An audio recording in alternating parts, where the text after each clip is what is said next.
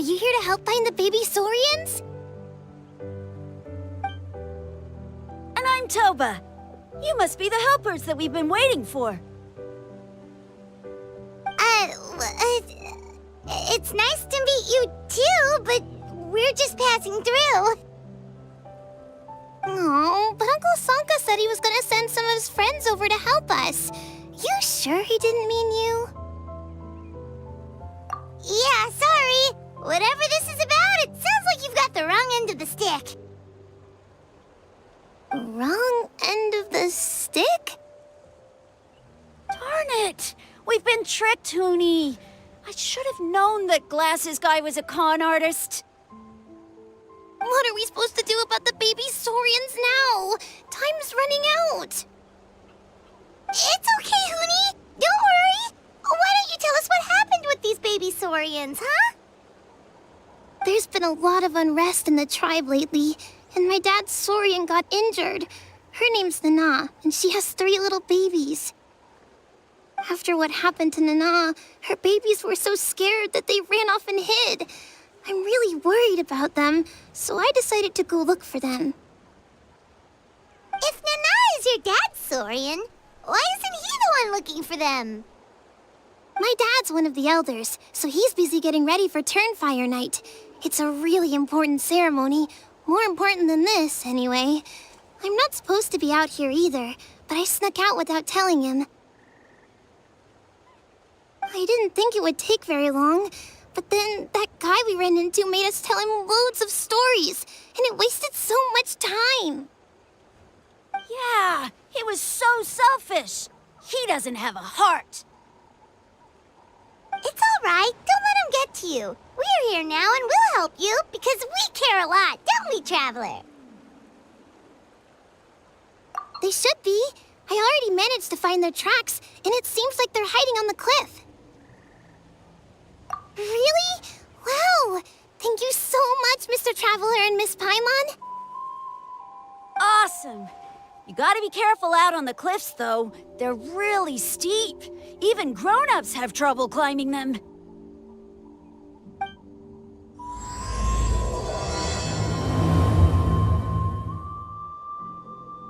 Gurney said the baby Saurians are on the cliff, so let's find a way up.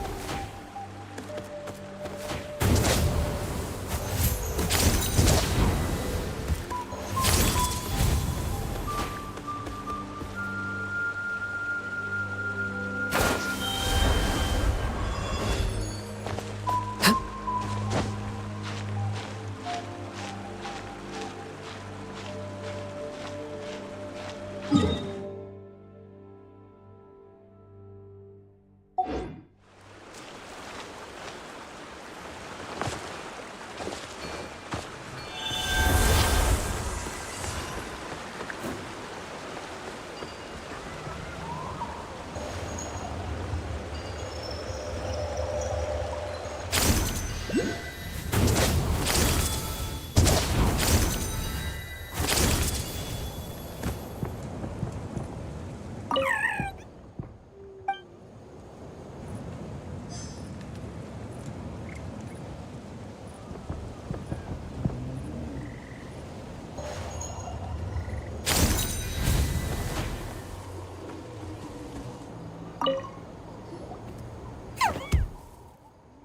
found them! Wait, but what's that other...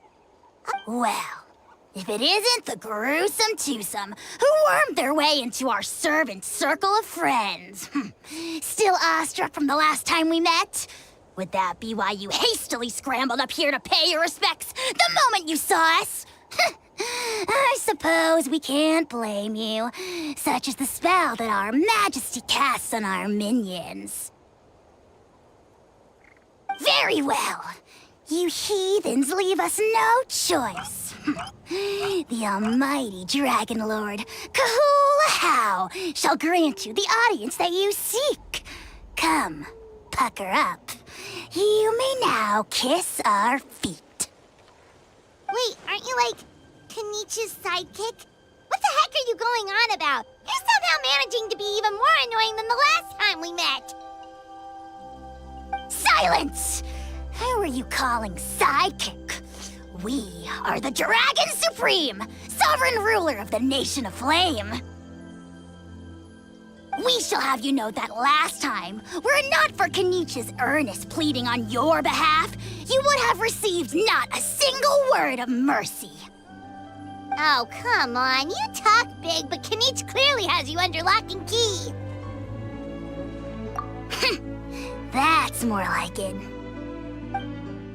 If you must know, our humble servant begged us to investigate an abyss incident near Huitztlan, and we chose to grant his request. Abyss incident? See this little lizard? Its mother, a medium-sized lizard, came under the influence of abyssal power. In her confusion, she attacked my servant's tribe, then assailed her own offspring. Yikes. So how is she doing now? She was but a lowly bug fighting against the power of the abyss. Naturally, she has departed for the Night Kingdom.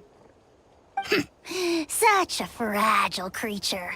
Apparently, she ended her struggle by leaping from a cliff. Leaping from a cliff? My dear anemic flying ant, as addled with questions as your head may be, please keep them to yourself and wipe that absurd expression off your face. We are the almighty Dragon Lord Kahula, not a wish-granting fountain. Anemic flying ant? You! Just you wait. Two can play at the ugly nickname game. We sense a faint abyssal energy. An evil sorcerer must be lurking nearby, but they are well hidden. If you encounter any suspicious outlanders, be sure to give them a robust interrogation. Suspicious outlanders? Wait, are you mocking us? How dare you cast aspersions on your ruler, heathen! You're just lucky that our servant has such vile taste in friends. Otherwise, we would beat you black and blue, and then purple, then black again! If you're not here to kiss my feet, then get out of my sight. Do not impede the work of the almighty Dragon Lord, Kahula. Potty mouth on that guy! Paimon is furious! Still, good to know about the abyss threat, huh? Wasn't expecting that. Let's not get sidetracked. We should take care of...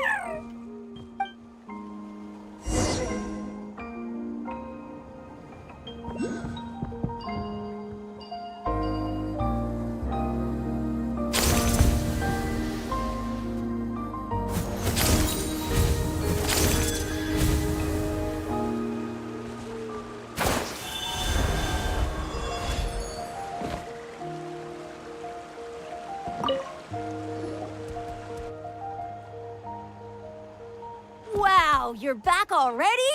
That was so fast. I'm so glad that the babies are all right. Thank you both so much. Now we can finally go home and stop worrying about them. You're welcome. Piece of cake! You're not from Natlan, right? Because your clothes look different than ours. Hey, you must be tired after all that climbing. You should come take a rest at my house. Yeah, please come. I promise you'll get a big Scions of the Canopy welcome. We love having guests, and you're really nice people. Not like Glasses Guy. By the sound of it, Glasses Guy wasn't from Natlan either, right? Uh-huh. Well, his clothes sure weren't. You know what? Now that I think about it, there was something really fishy about him. Really?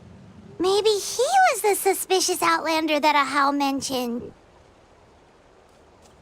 Sure, if you're interested. Oh, let me think. How did the conversation go again? Oh, please, mister. I've told you so many stories already. When are you gonna help me find the baby Saurians? Just one more story. One more, I swear. Why don't you tell me more about that ball of fire? I heard that there was a huge transparent ball of fire that used to burn 500 years ago, 1,000 years ago, maybe even further back than that. Oh, you mean Turnfire. That's where the ancient name Mollypo comes from. Oh, wow. So it was the origin of an ancient name. That's impressive. Uh-huh. There's a story behind every ancient name. The legend goes that the Turnfire first appeared in the era of the Grand Alliance. It was used by the tyrant Khan to rule over Natlan and oppress anyone who opposed him. Turnfire is different from normal fire. If you get set on fire with it, you'll feel horrible burning pain from behind you, but you won't die from it right away. And whatever you do, you mustn't turn back to look at it. Why? What happens if you turn back? As soon as you turn around, poof! You get burned to a crisp. Well, good golly gee. I mean, it's one thing to singe someone's clothes, but burning people alive? That is a big no-no in my book. Right? How nasty is it to burn someone from behind and not even let them turn around to look? Khan really was an evil tyrant. Yes, shocking behavior. Now, let me guess. Eventually, a valiant hero came to save the day? That's usually how these stories go. Good guess, Uncle Glasses. Seems like you really know your stuff. The hero was called Yupanqui. He's the ancestor of our tribe. Mm-hmm. Yupanqui was friends with Khan the tyrant, and also Shibalanke, the first Pyro Archon. He was working as an ordnance officer for the Grand Alliance at the time. He didn't like how Khan was such a cruel tyrant, so he stole the Turnfire and threw it at the Khan's army. The soldiers couldn't defend against it, and they all got turned to ash. And that's how our ancestors set our people free. But just as he was about to leave the city, he thought he heard Khan calling out to him from behind. It caught him off guard, and he turned around to look. But Khan wasn't there. All he saw was a city burned black, an army in ruins, and giant flames reaching up into the sky. A split second later, the flames he saw burst out from inside his eyes and swallowed him up. All it took was a single glance. As soon as he looked back, he was burned to a crisp. The question is, was this the price he paid for stealing the Turnfire, or the price of turning back? Nobody knows the answer. But the fire that consumed Yupanqui burned more fiercely than any other. It burned for 100 days until it burned a hole right through the ley lines. And then, the flame dropped into the deathly dark Night Kingdom, where it still burns to this day.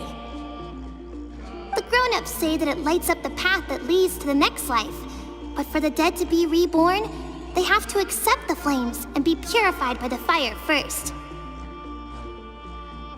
It's like a final look back at your life, where you have to answer for everything you did. Anyway, that's the story of Yupanqui's Turnfire. Ah, a fine parable indeed. So, is it true? Is it really possible to find this fire in the Night Kingdom? I don't know. I think it's just a story. Either way, I assume this name has been passed down in your tribe ever since? Sure has. It went to Burkina, the hero that we celebrate on Turnfire Night. But that was 500 years ago. Yeah, and now it belongs to Kinich. So we often call him Malipo Kinich.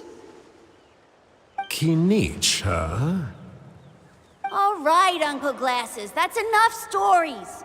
Now, can you please go find the baby Saurians for us like you promised? I would, but doesn't the legend of the Turnfire teach us not to look back? Let's not go dredging up the past. Tell me more about this Kinich guy. One more story, I swear. Starting now. No? Careful, Toba. You look dangerously close to cursing me out right now. Tut tut, we can't have that. Cursing is for grown-ups only. Uncle, you'd better not be trying to trick us, or the Turnfire will get you when you die. How would it get me if I'm outside of Natlan? Uncle Glasses isn't from here, you know. Unlike you. Huh? Wait, is that?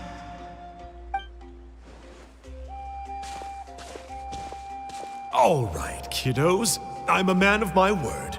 2 of my friends are on their way here, and, yeah, they'll help you out on my behalf. Work them like dogs, okay? That's what they're here for. Don't go easy on them just for my sake. Really? Well, first, can you tell us your name? We met at the foot of this cliff, so beneath the peaks, let's go with Sanka. Seriously?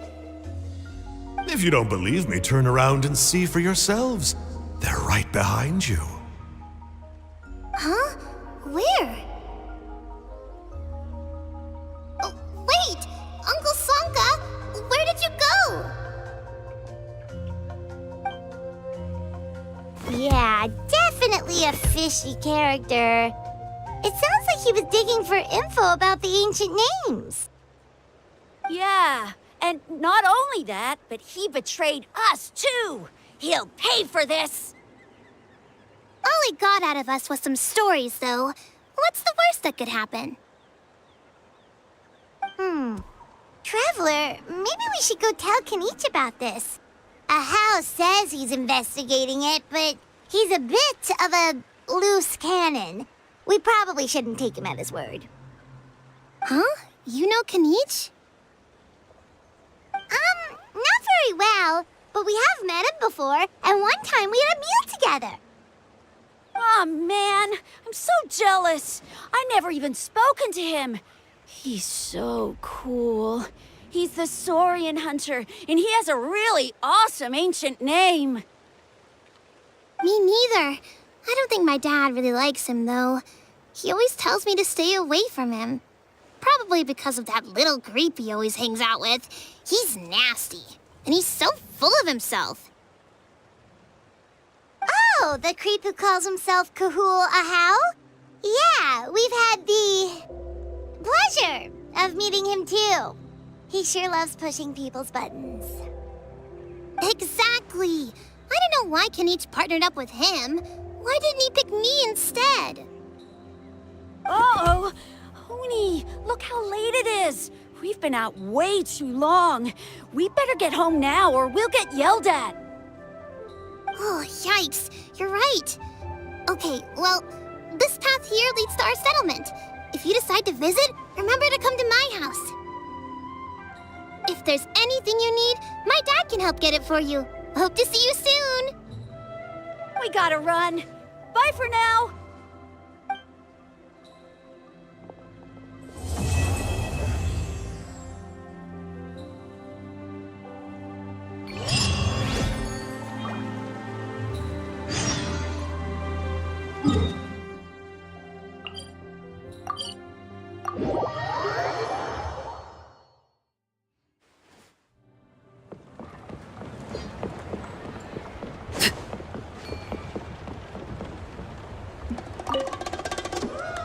Huni, what were you thinking going out by yourself?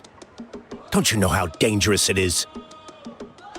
It's okay. Toba helped me.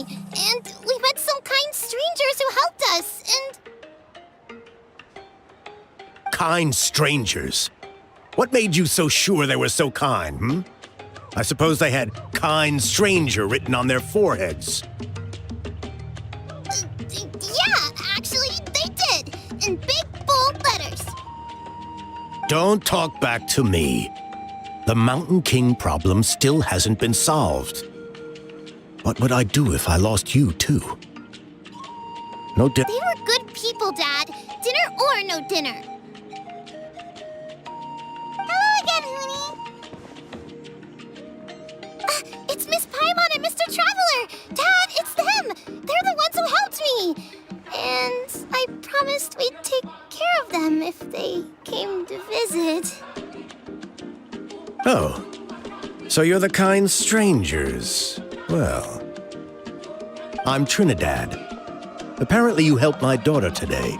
So if there's anything you need, just ask. As an elder of the Scions of the Canopy, I've got some influence around here.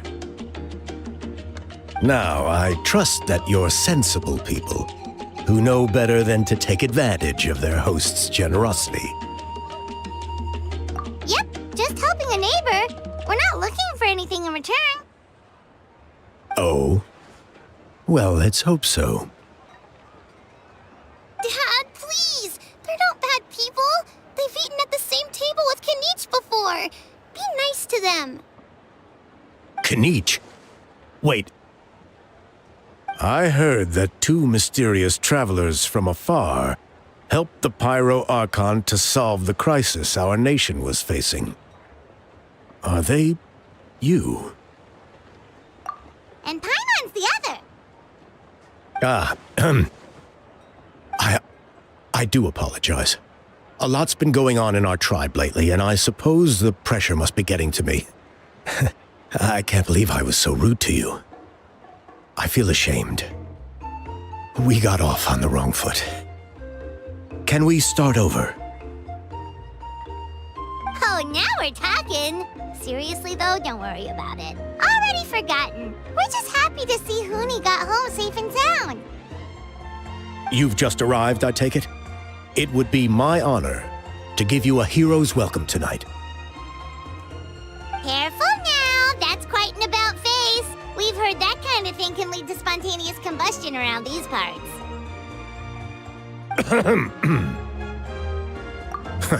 My dear traveler, you are very perceptive indeed.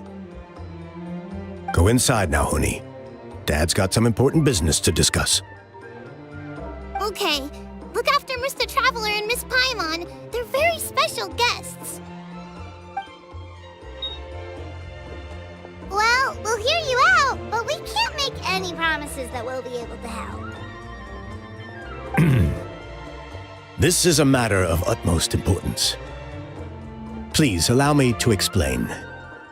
For many years, our tribe has celebrated the Turnfire Night. It is a traditional ceremony among the Scions of the Canopy, in which we remember our ancestor, Burkina, and his companion, Kangamato, the Mountain King. Burkina was a hero who bore the ancient name Malipo, and Kangamato was a powerful Yumkasor warrior. Together, they fought against the Abyss. They were victorious, but it came at a great cost. Burkina paid with his life. The Mountain King survived, but was contaminated by the Abyss, and he remains in hibernation to this day. Normally, Yumkasors never live longer than a century. It's possible that the abyssal power is responsible for his unnaturally long lifespan. That's right. The Mountain King is a living symbol of our glory, but even this glory comes at a price. The abyssal power inside him is highly sensitive, and when it is disturbed, he awakens and flies into a blind rage, attacking anything that moves. So besides the ceremony, another important part of Turnfire Night each year is cleansing the abyssal power inside the Mountain King, so that he will remain sound asleep. Even though you helped us to solve the Abyss crisis, the destabilizing effects of the disaster have made it increasingly difficult to keep the Mountain King in hibernation. Only 5 months have passed since the last Turnfire Night, and he's already showing signs of instability. Has he woken up again? He has. We managed to contain the situation by performing a makeshift ceremony right away, but it was a close call. He could reawaken at any moment. Also, he attacked and wounded my companion, Nana, during the ceremony. She became contaminated by the Abyss as a result. And We heard. Such a tragedy. We're really sorry for your loss. yes, and Nana wasn't the first. Anyway, right now, we're preparing for an exceptional Turnfire Night ceremony, and we need to find a suitable flame bearer. From what I've heard about your adventures, I believe you'd be perfect for the role. Of course. Plus, he's a bona fide hero who's inherited the Malipo name. Oh, you mean Kanich? Yes, he's the one. A hero worth his weight in gold. And unfortunately for us, he's all too aware of that. No prizes for guessing what he said when I asked him to host a Turnfire Night outside of the annual schedule. An exceptional ceremony? I'll have to charge an exceptional price. I swear, no other concept exists in that boy's brain. I'm not the one to usually talk about people behind their backs, but I'm convinced the Y-Up got hit on the head and took a wrong turn the day it chose to give that ancient name to him. Have you ever heard of a hero whose mantra is, "What's your asking price?" Oh, and don't get me started on that insufferable How he hangs around with. Thinks he's God's gift to mankind. Pompous fool. Yeah, Paimon has to agree on that last part. Anyway, the fact is, the ceremony can just as easily be done without him, as long as we find someone else. And besides, you two seem like much better candidates, huh? So what do you think? Wonderful! I can't thank you enough. Honi was right about you. You have kindness in your hearts. Come with me to the other side of the mountain. I'll bring you up to speed on each step of the ceremony. As experienced warriors, I'm sure you'll pick it up in no time.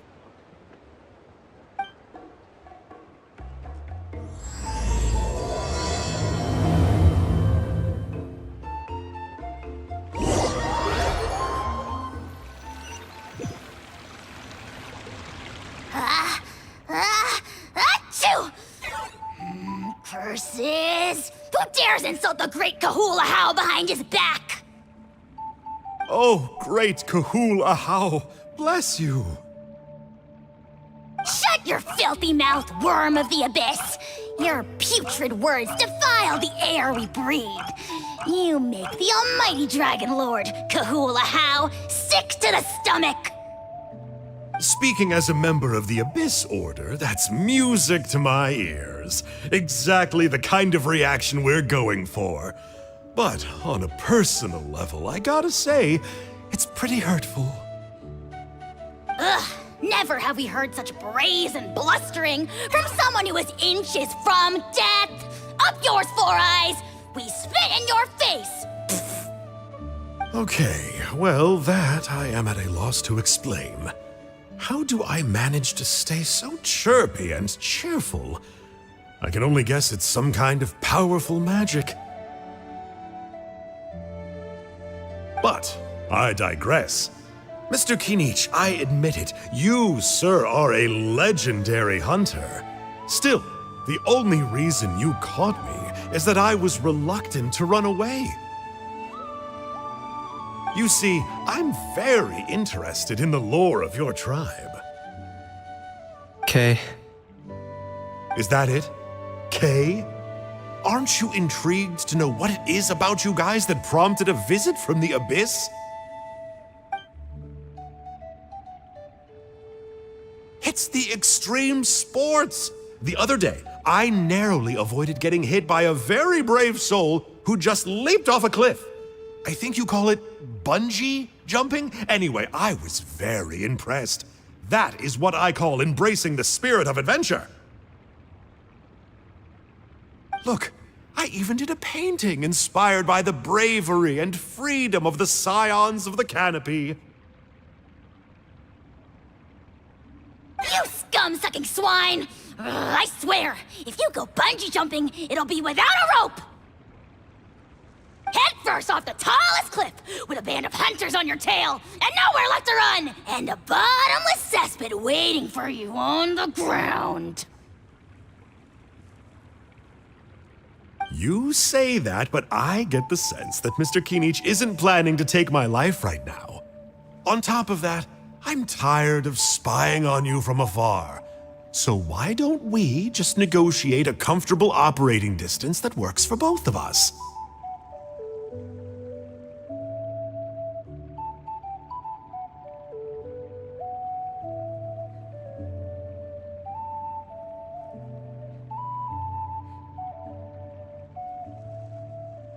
I've heard that the most important thing in human relationships is to respect each other's boundaries.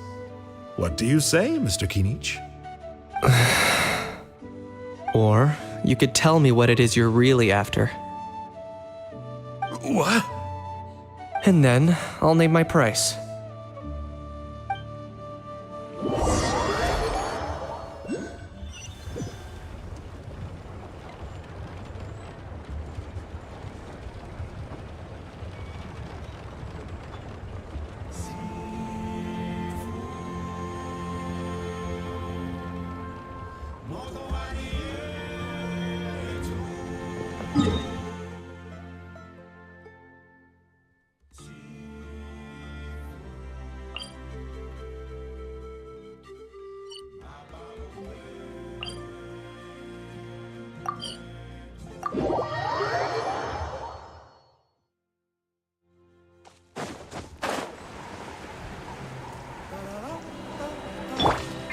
Hey!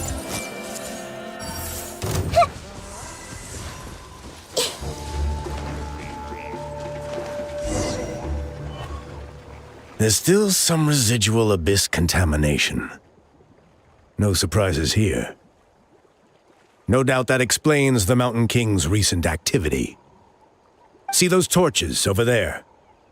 Those are sacred flame offshoots that we requested from the Stadium of the Sacred Flame. They contain the power of the Pyro Archon. Are you saying that the Sacred Flame and the Turnfire are the same thing? For ceremonial purposes, at least. Sending someone to the Night Kingdom to retrieve the legendary Turnfire isn't exactly an option. More to the point, though, the Sacred Flame is able to burn away abyssal filth. So that's why we use it in the ceremony. Gotcha! So Basically, we just need to clean up the filth with the sacred flame. That's one part of it, yes. But the complete ceremony is a bit more complicated than that.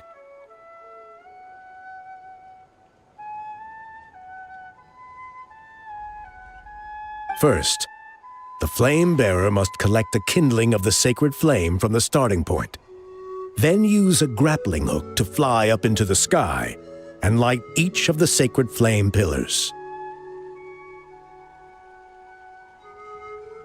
Then they must go down into the canyon, all the way to the cave where the Mountain King slumbers, lighting braziers and the final altar along the way. The most skilled flame bearers can accomplish all of this without touching the ground once. As much as I hate to admit it, Kanich is capable of this. Wow! He can do all that flying without ever falling to the ground? Well, of course Paimon can. It'd be much harder for you guys. Ha! Well, don't worry. It's not a requirement of the ceremony. You're allowed to touch the ground. The only thing you're not allowed to do is turn back. The flame bearer must always keep moving forward. You can't skip a pillar, then come back to it after lighting the next one. To do so would be to disrespect our ancestors. So, what actually happens if you do turn back? Surely the fires don't just go out. Well, if you're not careful, you might get burned. What about today then? Does the same rule apply?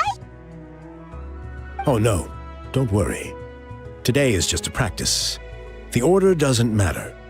You just need to take the sacred flame, cleanse the filth, then go light all the braziers. Are you ready? I'll repeat the key points again. Gather the kindling, cleanse the filth, and light all the braziers. I'll wait for...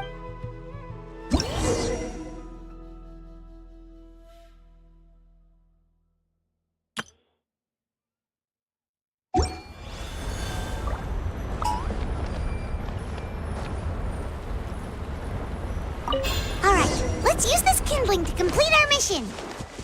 There's abyssal filth over there. Let's burn it away with the sacred flame. Transfixed.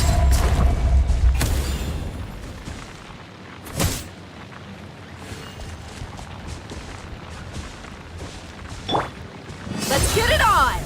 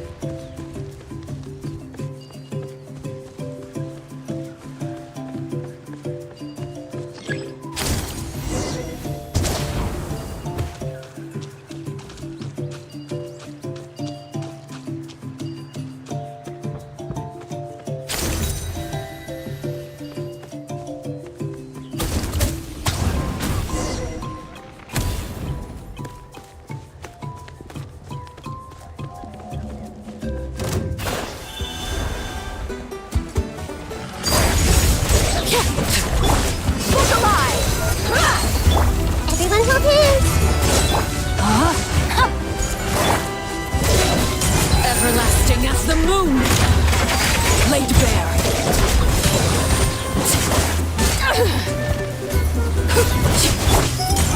Lots off.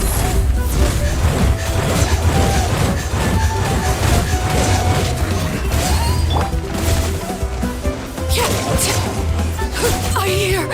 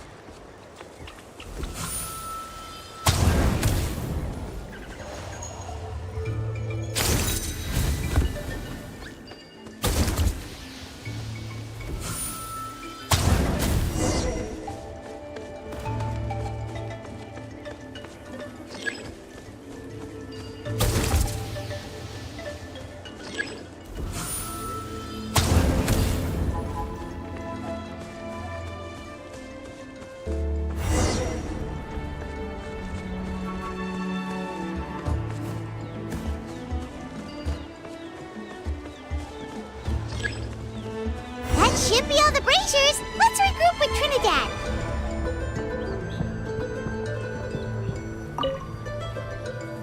I knew I was right about you. You have outperformed all of our previous candidates. If there was an ancient name for outstanding flame bearers, I'm sure the Wayab would consider you for the honor.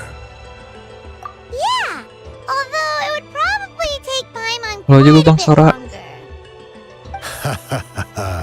All right. Now there's Oh, you mean they've still got to sign off on it? some of them are still hoping we can come to an agreement with Kanich. But that's only because they haven't seen you in action. Still, I'm the one responsible for securing a flame bearer. And my recommendation is you. Just for Paimon's own peace of mind, are you sure it's not going to be a problem having Outlanders take on such an important role in your ceremony? See that place over there? There was a time long before the age of Burkina and the Mountain King, when we Scions of the Canopy called that our home. After a period of upheaval, our ancestors were forced to move away. Now it has become a place where our youths go to develop courage and kindle a spirit of adventure. If we failed to keep the threat posed by the Mountain King at bay, it might not be long before we have to move again and find a new home. So to answer your question, I think everyone will agree that you are the right choice. Fair enough. Desperate times call for desperate measures. I'll need you to drop by my place at some point before the ceremony, if that's all right. There are still a few final details that we need to discuss. Okay, see you later then. You have my gratitude. We've helped out with a lot of other local festivals before, but this one feels a little different. Anyway, let's take a break before heading back to Trinidad's place.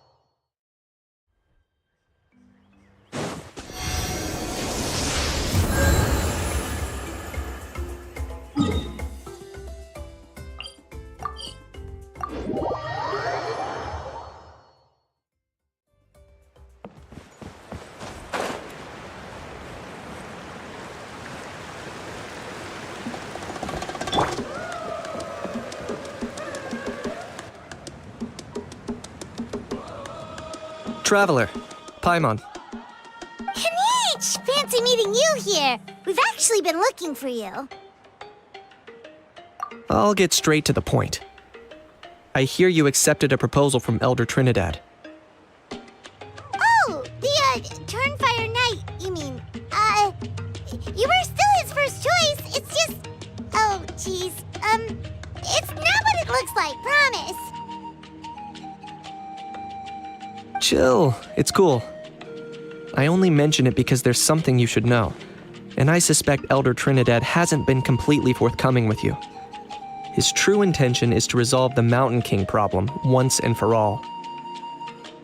Once and for all? You mean this'll be the last Turnfire Knight ever? That's right. He wants to use you to send the Mountain King to the Night Kingdom. To the Night Kingdom? You mean... To his death. Whoa! Are you serious right now? You shouldn't go blurting out accusations like that. It could get you in trouble. Too blunt? Okay. I'll phrase it more gently. There is potentially a possibility that Elder Trinidad may be hoping that during the course of the ceremony, you kill the Mountain King dead. But that's ridiculous! He told us the Mountain King is a living symbol of your tribe's glory! And that glory comes at a price. Oh, that's right. The Mountain King is a living symbol of our glory, but even this glory comes at a price. Ah, yes, and Nana wasn't the first.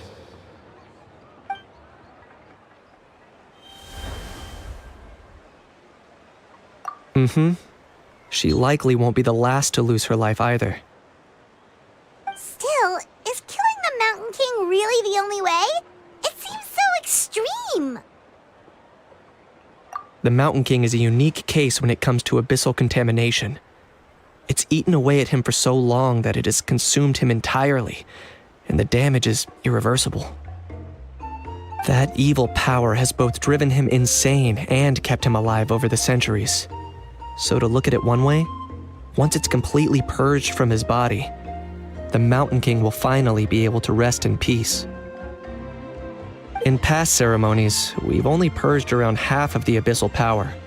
This was to strike a balance, to keep him alive, but also keep him asleep.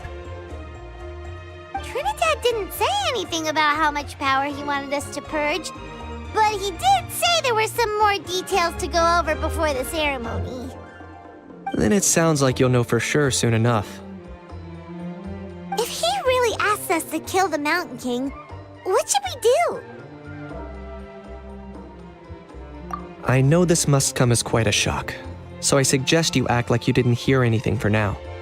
But would you have time to visit the chief after your meeting with Elder Trinidad?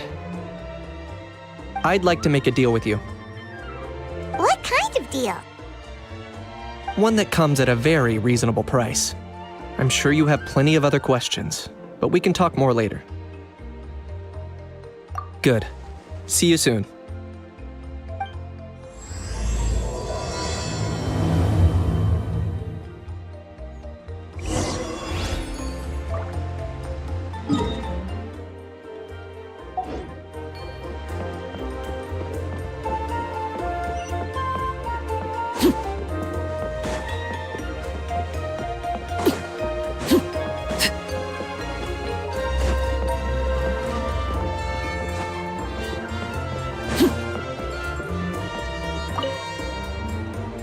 Ah, mighty Outlanders, you have returned.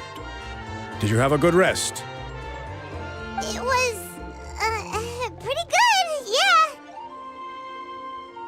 Glad to hear it. Things are progressing very smoothly on my end. Many of the elders have heard of your heroic deeds, including the chief. They all speak very favorably of you. There are still those who insist that the ceremony should be performed by the bearer of the Malipo name. But they're just stuck in the past. We need to move with the times. Plus, Kanish doesn't want to do it anyway. Exactly.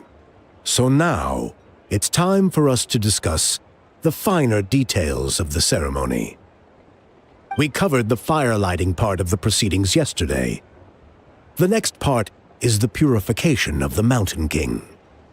It's quite simple. You just need to use the sacred flame. We've done it plenty of times before, and it's always very routine. I'm sure you won't have any problems. One point I'd like to stress, though, is that you need to burn away as much of the abyssal energy as you possibly can. The more we dispel, the longer the Mountain King will remain asleep. Asleep, huh? Precisely. In previous years, the Flame Bearer has often been unable to dispel a sufficient amount of abyssal energy. That's the only reason why we have to perform the ceremony on a regular basis. But I understand that you have a lot of experience fighting against the Abyss. And you seemed to wield the sacred flame quite effortlessly yesterday. With your help, I'm optimistic that this time, we can dispel all the remaining abyssal energy from the Mountain King's body, freeing us from this ever-looming threat for many years to come. Traveler? So this doesn't faze you at all, huh? You clearly have a lot of confidence in yourself. That's really all you need to know. The ceremony is in 3 days. I'll come and fetch you when we're ready. In the meantime, feel free to look around our settlement. It would mean a lot to the elders if you got to know some of our people. And if you wouldn't mind helping them out with a few errands here and there, that would be even better. So now we have extra errands to run? Maybe we should add a little extra to the price. Just a humble suggestion, that's all. It will help you gain the respect of our people. And as a mighty hero, I truly believe that's what you deserve. I'll be sticking around over the next few days, so if you have any questions, you know where to find me. Seems like Kinich was right. We should go meet up with him right away.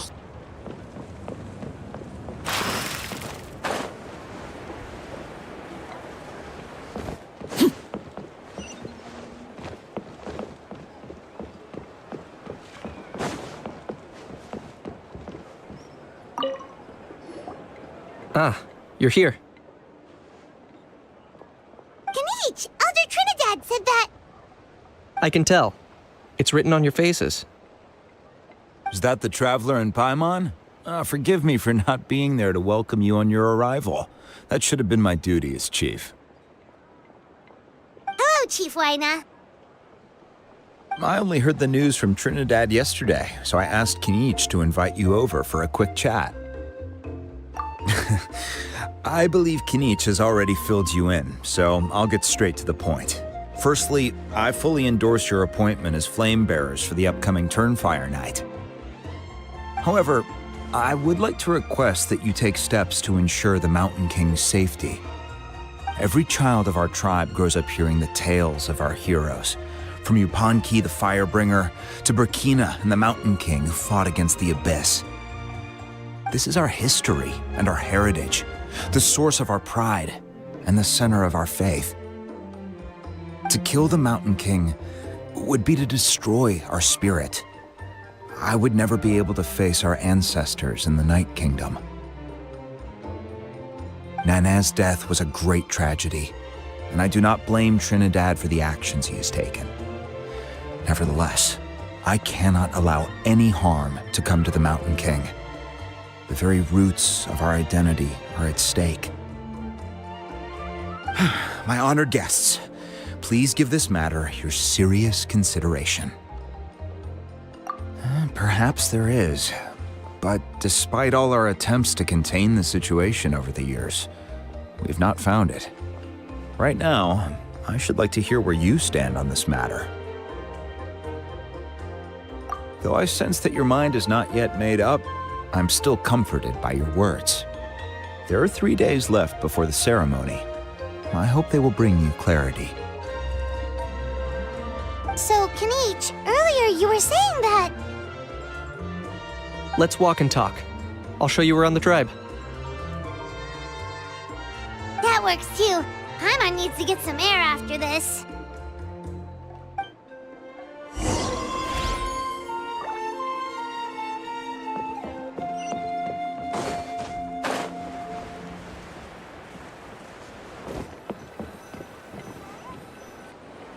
Kinich, Paimon finally understands why you turned Trinidad down. You knew what he was planning, didn't you? That's why you didn't want to be the flame bearer this time, because it's a double-edged sword. The whole Mora thing was just a sneaky excuse. Double-edged sword is right, but my response wasn't merely an excuse. To solve this exceptional problem, an exceptional price must be paid. I'm working on it. Really? Well, come on then, let's hear it. In a moment. Didn't you have a question you were about to ask me? Oh, yeah. What was it again? Oh, right. We need to talk about how he's come I agree that he has a problem. He needs disciplining. So, I hired him a teacher.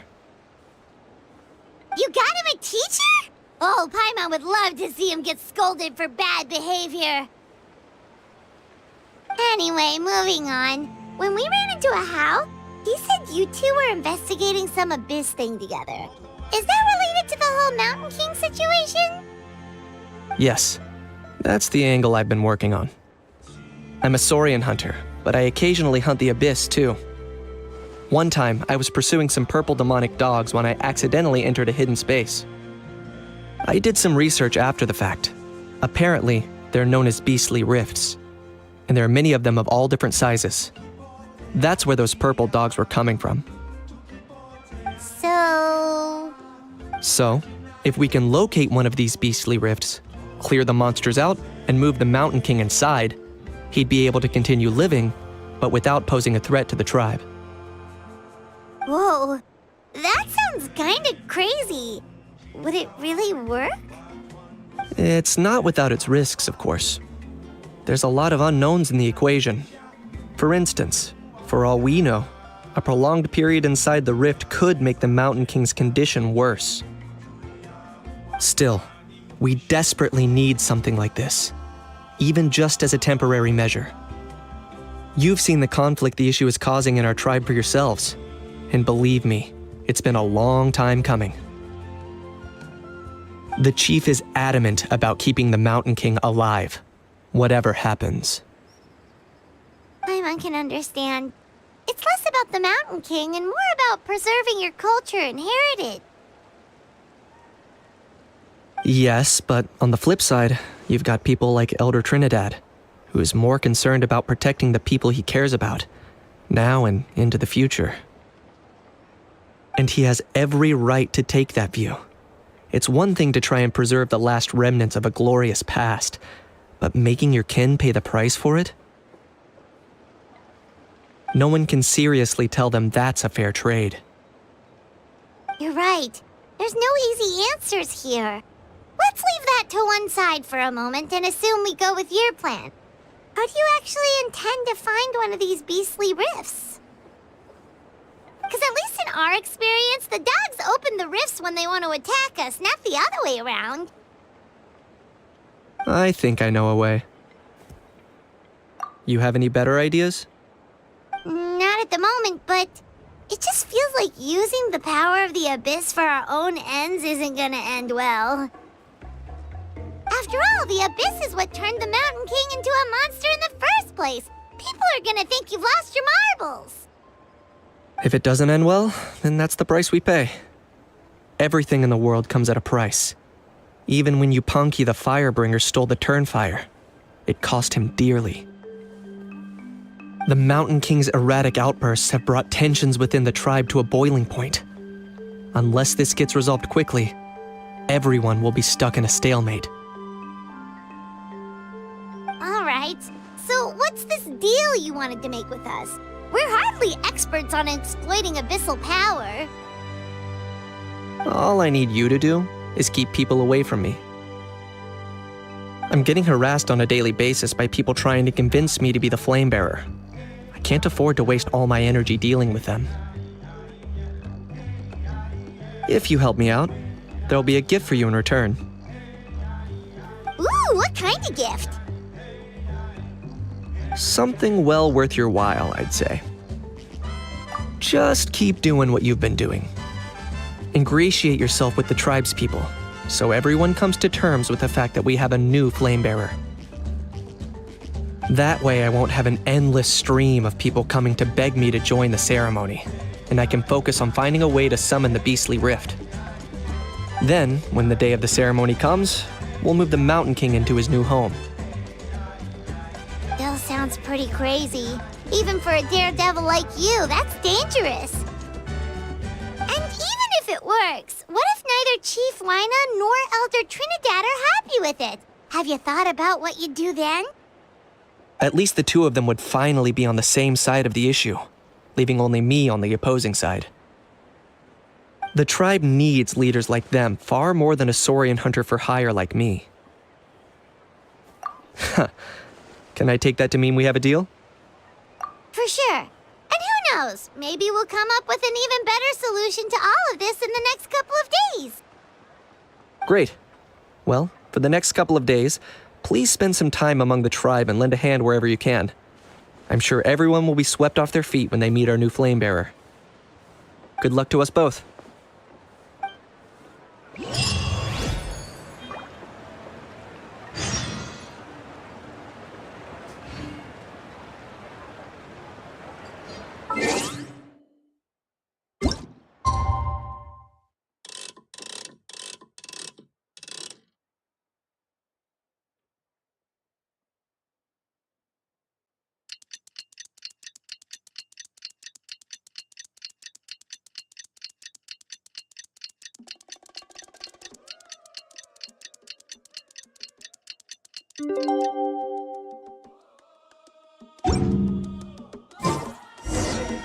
Okay, task for the...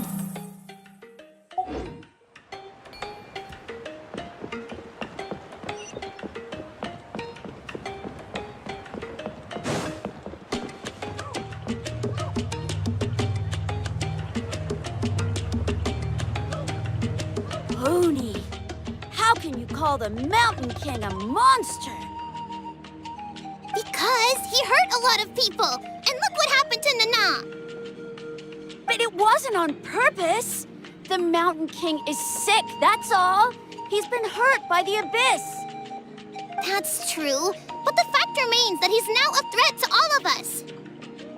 How can you be so harsh to someone who's sick? If you don't take back what you just said, I don't know if we can carry on being friends. Toba, Kuni, what's wrong? Pony's saying nasty things about the Mountain King. It's not right. He's our hero.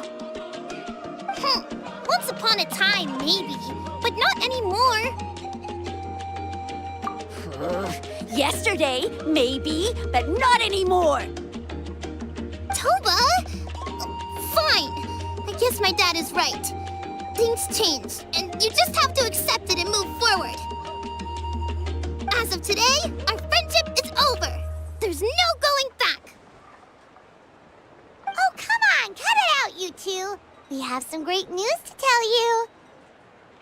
The Traveler is gonna be the flame bearer for the next Turnfire night.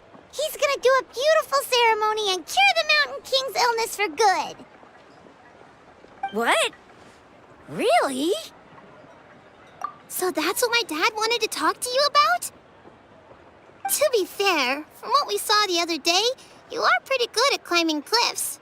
Probably just as good as Kinich. Wait, speaking of Kinich, where even is that guy? Oh yeah, good question. Is he not coming to the ceremony anymore? We can get him to come, but if he catches you two fighting again, he won't be happy. He'll be sure to give you both a piece of his mind. No, we can't let that happen. I've never even spoken to him before. I can't afford to make such a bad first impression. I didn't mean to argue with Toba. All I said was that the Mountain King has done some pretty bad things. He was the one who turned it into a fight. Yeah, if you weren't friends, there's no way Toba would have come to look for the baby Saurians with you. All right. Well, because it's the Traveler and Paimon and Kinich, I'm sorry, Toba. I'm sorry for all the mean things I said about the Mountain King. Dad just really misses Nana, and I was really upset that she's gone, too. Huh? Oh. I shouldn't have spoken to you the way I did either. It wasn't very nice of me. For the Traveler and Paimon, Kinich, and for Nana. I'm sorry too, Huni. That's more like it. Now you're best friends again! Guess so. Toba, if I ever say something mean about the Mountain King in the future, I'll make sure I say it to someone else, and not you. I'd better go buy some colored cloth for my dad now. He needs it for Turnfire night. Let's play again some other time. See you, Toba. See you, Traveler and Paimon. Okay. I'll head home as well then. See you next time.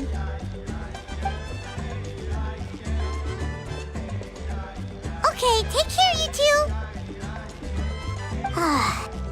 Even though they said they're sorry, it looks like their friendship isn't as strong as it was before. Let's just hope we can solve this once and for all. Come on, let's move on.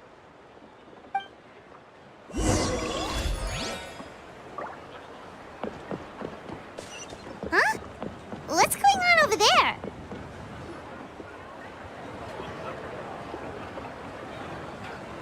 Hey there! What's happening here? A rehearsal for the Turnfire Night dance. Ooh, there's a dance involved? Paimon wants to learn too! You don't know it? I guess you're not from these parts, huh? It's rare to see a new face around the tribe these days. I thought everyone would be keeping away. Why do you say that? Because of the Turnfire Night, of course. The Mountain King could wake up at any time. That's why we're holding an emergency ceremony. This isn't one of those fun and games festivals. For outsiders, it might even be a little dangerous. Well, did you know that the Flame Bearer this time is actually gonna be an outsider? Oh, I did hear about that. It's a first for sure. I would have loved to meet them in person. What? Oh, it's you? Man, oh man. Well, this is a nice surprise.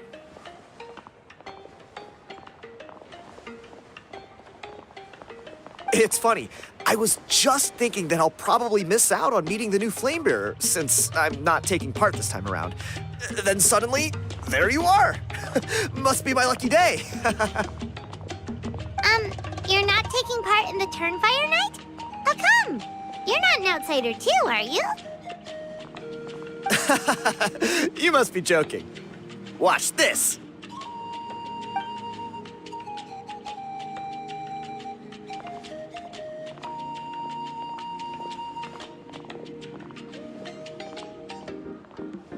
Not bad, right? Yeah, I'm considered one of the better-looking guys who dances beneath the pillars of the sacred flame. Been doing it a few years. Always gets the ladies out to watch.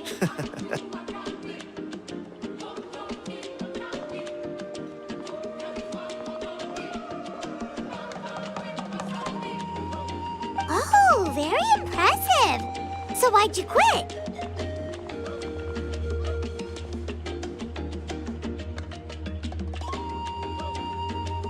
Well, I feel like the whole Mountain King situation is getting more and more precarious.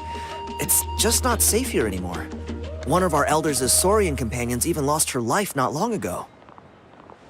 The question is, what are we going to do about this in the long term? But our leaders don't have any answers for us. They're probably too busy fighting about it amongst themselves. The way things are going, it's only a matter of time before it gets violent. So I figured, you know what? Now's as good a time as any to get away for a little while. Go do some exploring.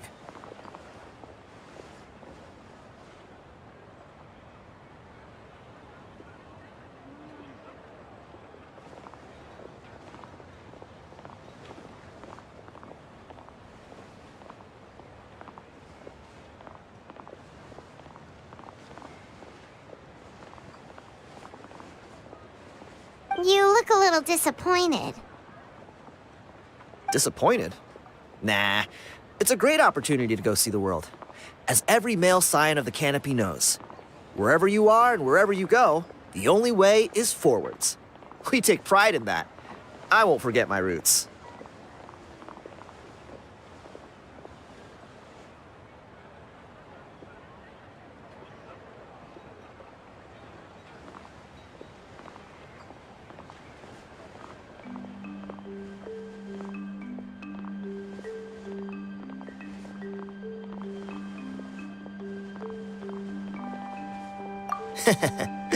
I managed to get in touch with the Saurian Relics Association. They gave me a simple test. Find a decent quality relic, and they'll make me a member.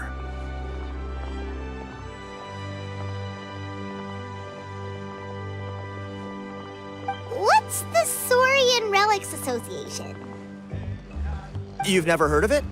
It's a group of amateur history enthusiasts who do research on the ancient Saurian era. They're all about collecting relics and remnants from that age.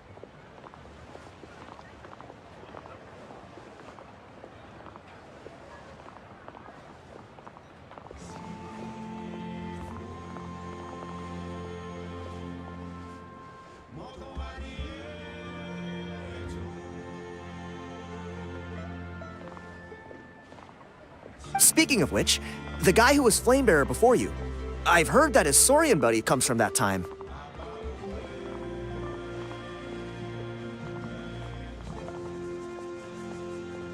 A how? A how's a relic from an ancient Saurian civilization? Oh, yeah, him. So you know those two already, huh? Then, do you know how they met? It was deep inside some mysterious ruin, and they signed a contract there. The association folks say that the kind of contract usually comes with a huge hidden cost. Really? That sounds ominous. Who knows? But if it's true, Kinich can probably handle it. He knows what he's doing with weighing up contracts and costs and stuff. I doubt he'd make a contract that doesn't benefit him.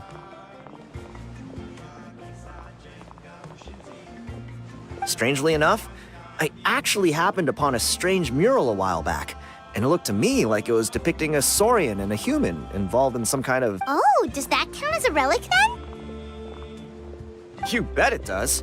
I was all ready to go take a picture of it and use it as my entry ticket to the association. But after all the abyssal activity recently, I heard that area's been overrun by monsters. The best laid plans, huh? I'll just have to wait and see if things improve.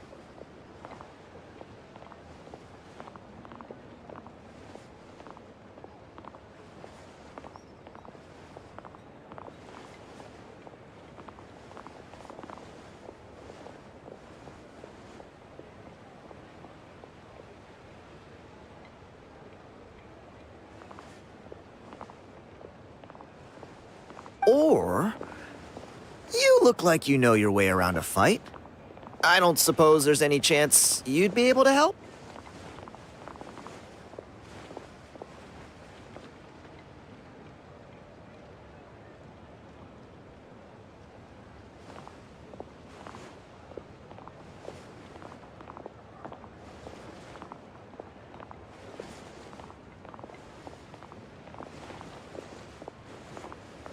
If all you need to get is a picture, that should be pretty achievable, right? The Traveler deals with monsters all the time. It's a piece of cake.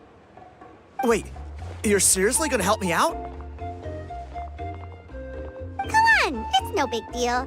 Compared to some of the things we've been roped into before, this is nothing. Pyro Archon above, you two have hearts of gold, you know that? You're the kind of people who could dive into the Turnfire deep in the bowels of the Night Kingdom, and it wouldn't burn a single hair off your head. Of course it is. All right, come with me.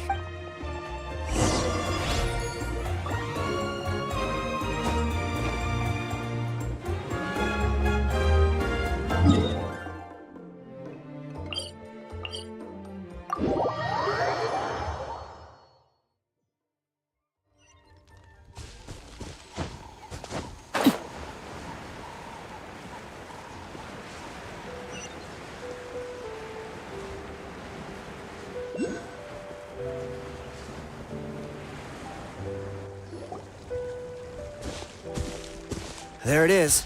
It's inside these ruins. As you can see, the place is crawling with monsters. Alrighty then. Stay back and take cover, Tiago. This could get dangerous. We'll take care of him. Great minds think alike. I'm not about to cramp your style.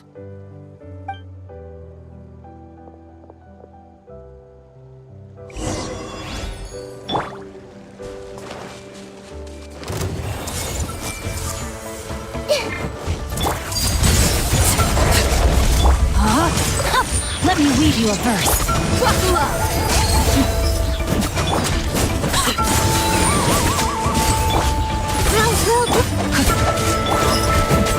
You asked for it.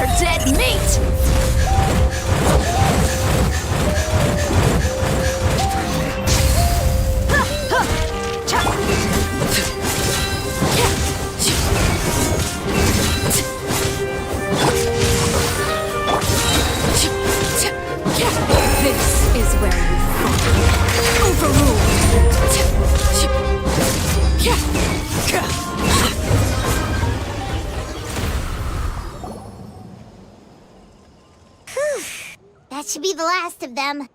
It's a good thing Tiago had the sense to stay in his hiding place, or things could have gotten really hairy for him. Hey, look! That's gotta be it, right? Definitely looks like a mural. True. Now that you mention it, most ancient murals take up a whole huge wall. This looks more like someone with a paintbrush got bored and started doodling. It does match the story he told us, though. There's a Saurian and a human. So, is that supposed to be what an ancient contract ritual looked like? Whatever. We're not here to decipher it. Just photograph it.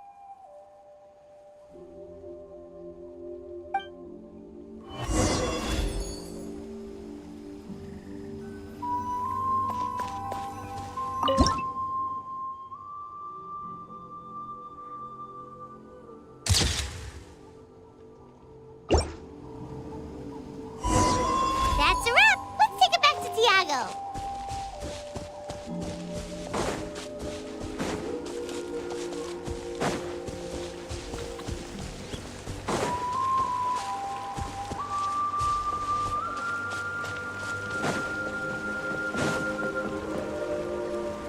You've been robbed?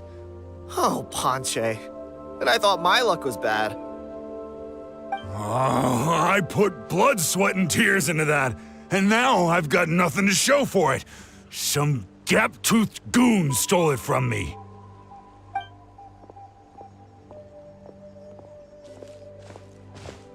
Tiago, is this the picture you were looking for? Let me take a look. Yep, that's the one. Pyro Archon above, you two are superhumans. Hey, Ponche, come and say hi to these guys. They're gonna be the new flame bearers, and they're tough as nails. Wait, are you the Traveler and Paimon? Huh? You already know each other? I don't think so. My nephew Toba's been telling everyone about you. He says you're crazy strong, super friendly, that you helped him out, and that you're gonna be our flame bearers this Turnfire night. Oh, so you're Toba's uncle. Great to meet you, sir. Sounds like we managed to make a bit of a name for ourselves. Toba's not wrong, my friend. These two are honestly some of the nicest, most genuine people I've ever met. Everyone speaks incredibly highly of them. Seriously. If you're comfortable telling them about what happened, I guarantee you they'll sort it out in no time. Really? All I want is to get the fruits of my labor back. Allow me to explain. Ponche is a well-known scholar within our tribe, author of the widely acclaimed book, Yupanqui's Turnfire. Unfortunately, the book was stolen by a treasure hoarder a few hours ago. I spent years of my life researching that book. I visited every last ruin, interviewed every descendant of every hero in our history. On the word Malipo alone, I covered at least 5 different interpretations of the meaning based on accounts from different villages. It was an unparalleled masterpiece. And now it's all gone. That little goon ambushed me during my morning walk. He snatched all of my belongings, including my entire manuscript. That book was everything to him. It's like they robbed him of his soul when they took it. Look at him. Lost and listless. He's a shell of the man he was. Dear honored guests of our clan, I am but a helpless old student. If only for Toba and Tiago's sake, please help me, I beg of you. See what I mean, Ponche? Now you've run into these two, your luck's about to change, big time. I don't know if he's still there, but come on, I'll take you.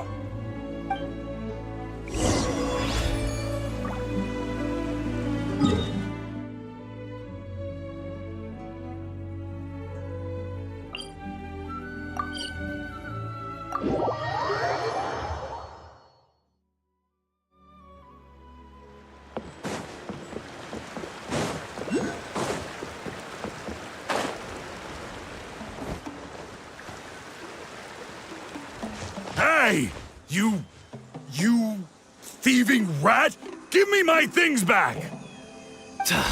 What do you want now, you old bum? God, you're a waste of space.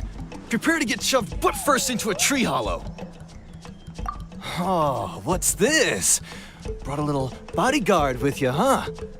All right, let's see what you've got. What's this? Eat dirt, suckers!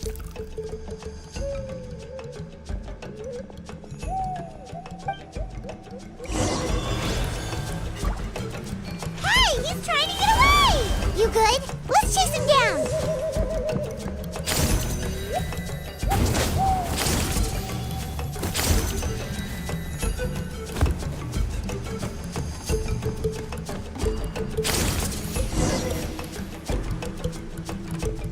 Stop, please!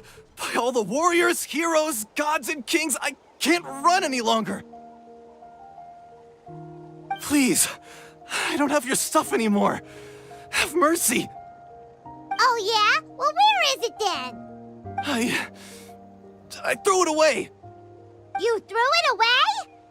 The old bum's bag didn't have a single mora in it. Just a tatty old book, worn out pens, and some old rags. All that time lying in wait was for nothing. I was so mad, I just threw all of it away. Is that really the truth? Okay then, where did you throw it away? The same place you found me. Look, I swear on the Pyro Archon it's the truth. May all my worldly possessions be turned to ash by Turnfire if I'm lying. Okay, that's a pretty strong oath. What do we do now? It sounds like he's telling the truth. Right, let's hope nobody gets to the book before we do. We'll never get it back then.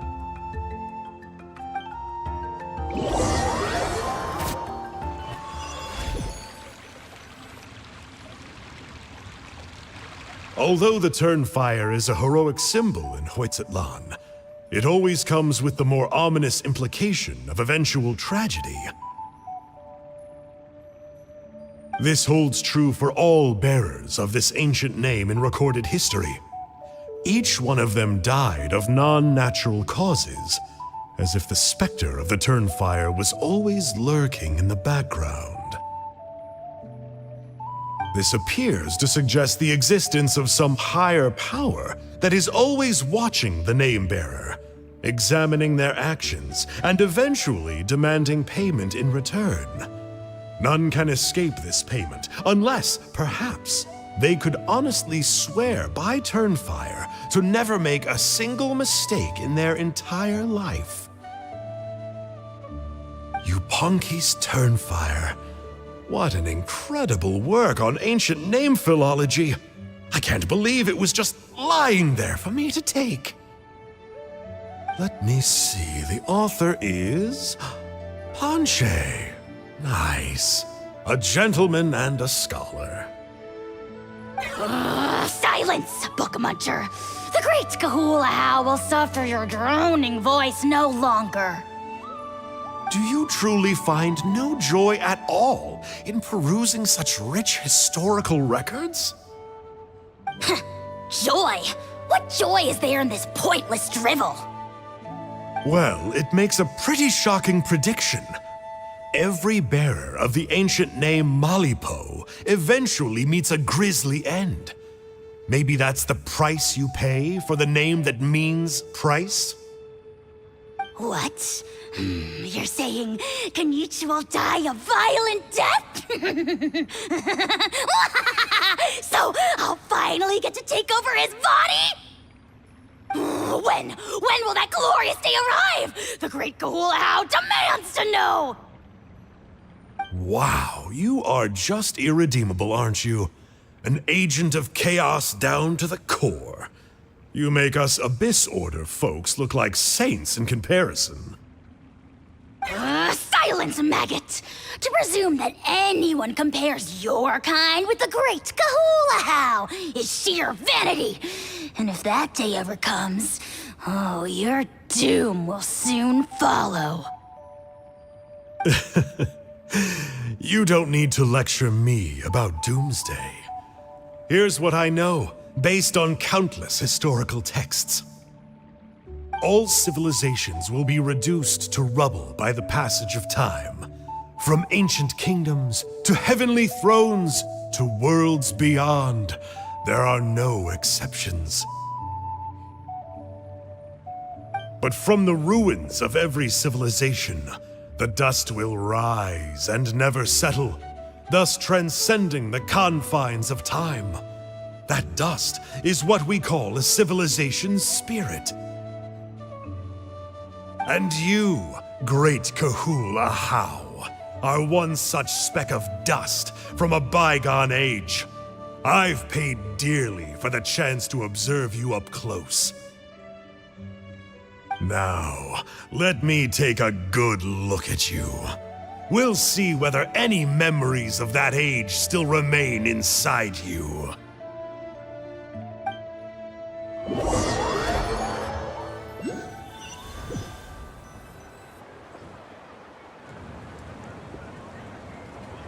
We're so sorry, Mr. Ponche, but we couldn't find your manuscript anywhere.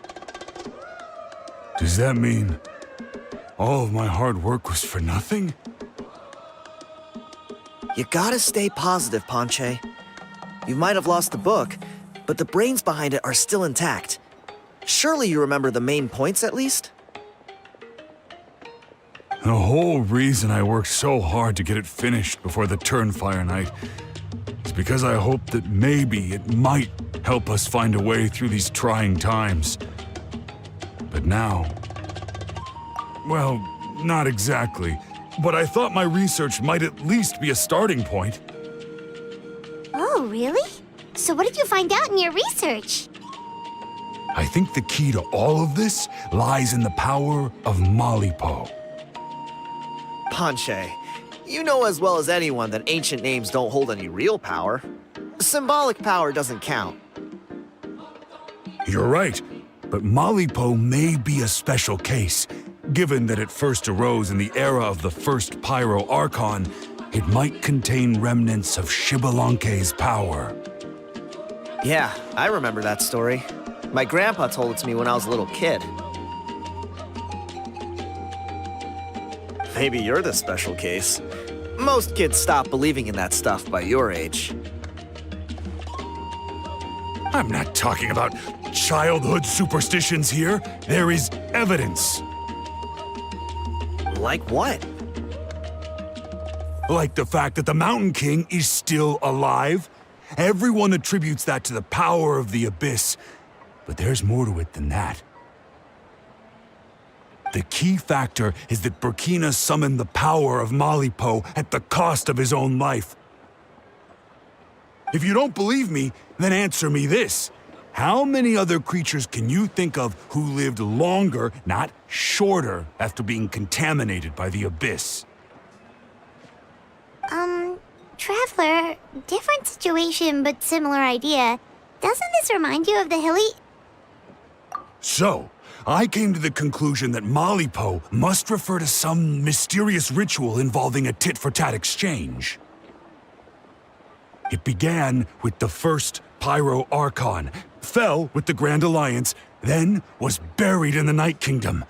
And now, it awaits the call of its new bearer. Hey. Sorry to interrupt, Ponche, but you seem to be getting a little overexcited. I'm sorry.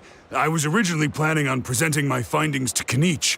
I'd hoped he would be attending the upcoming ceremony. Sounds to me like you dreamed up one fanciful theory to support another. Kinich, what are you doing here? I more or less finished what I was doing, so I came to have a quick catch-up. Now a good time? Kinich! I'm onto something. I haven't worked out all the details, but you have to attend the Turnfire Night. So Mr. Ponche here has done a lot of research on the history of the Turnfire, and thinks he might have found a way for you to solve the problem. I'll be there, Ponche. Let's go.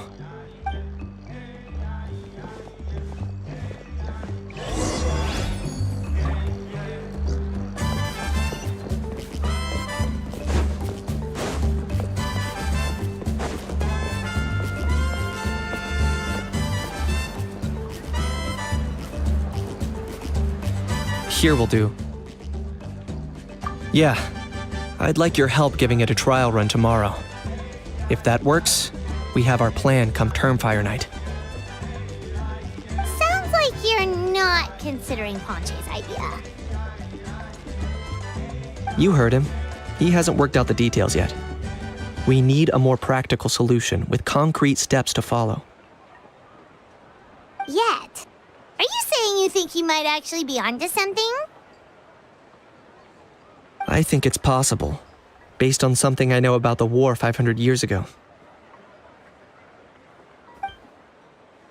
Burkina didn't fall to the abyss. He was killed by the Mountain King in an episode of madness. In his final moments, Burkina made the fateful decision not to fight back, and instead pass his blood and power onto the Mountain King. Maybe he thought the Mountain King was stronger than him, and more valuable to the tribe. Or maybe it was just out of loyalty to his friend. Either way, I can believe the Turnfire was involved. Whether you think his sacrifice triggered it, or his fate was sealed from the moment he took the Malipo name, it makes sense to me. How can you drop these truth bombs with such a straight face? This is what I've gleaned from my many interactions with the Mountain King. His mind is so disordered, it took some time to piece it all together. The story Elder Trinidad told you was the more palatable version of events. The truth is even darker. The Mountain King's mind isn't just disordered. He is suffering and feels great shame. I believe... What? Then what should we do? Should we grant him his wish? Of course not. We should help him move to a new home. It's the only practical solution. The Mountain King is a hero to my tribe, an object of worship even. Ending his life would be like desecrating a statue. Still, he's been the cause of multiple disasters, and we can't afford to have any more. Ugh. Practical solutions hurt Paimon's brain. Can we follow our hearts next time?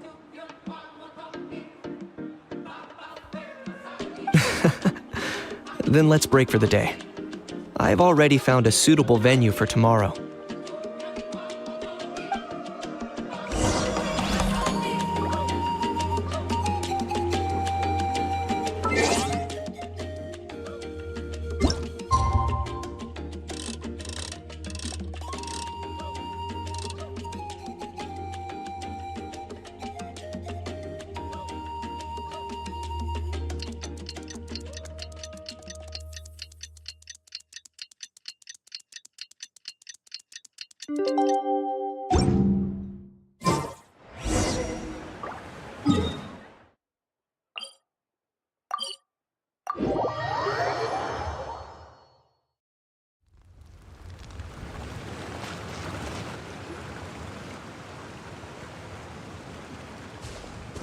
You're here.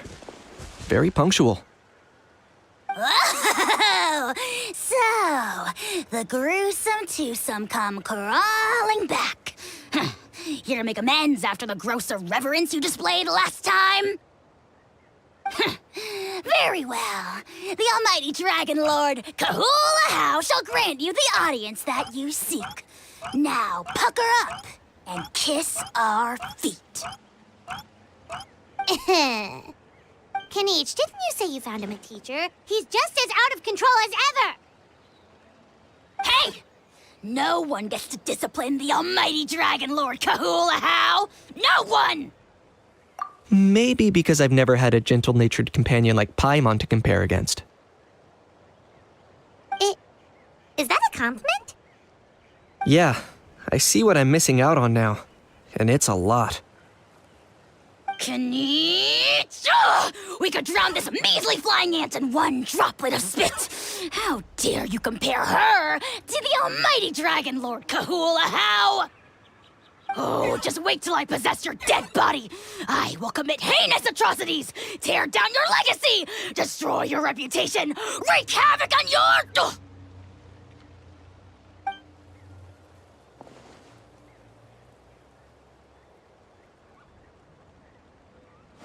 Traveler, Paimon, let's get down to business.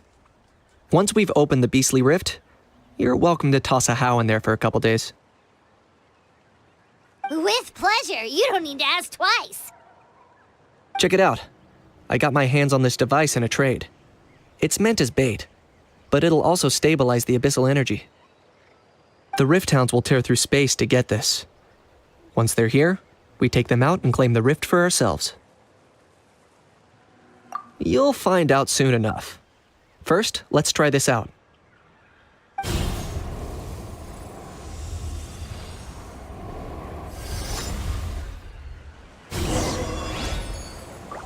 Here they come. They'll tear you to pieces given half the chance, so be careful.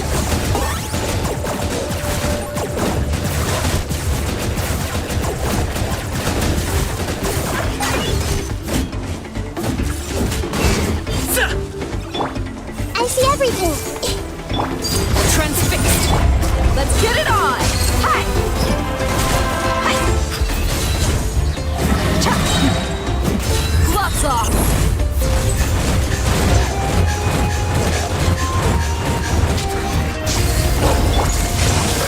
Witness the power of Kesukuan.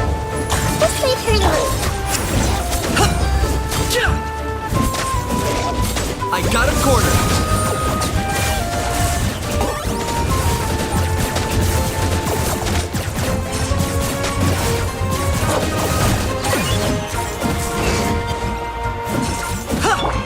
Laid bare. Everlasting as the moon. Transfixed.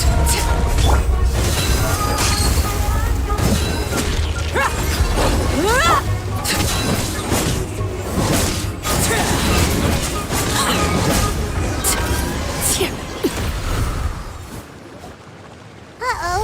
Are there even bigger ones on the way? You see, Kinich? I'm a man of my word. In fact, I'd say I under-promised and over-delivered. Nifty little gizmo, isn't it?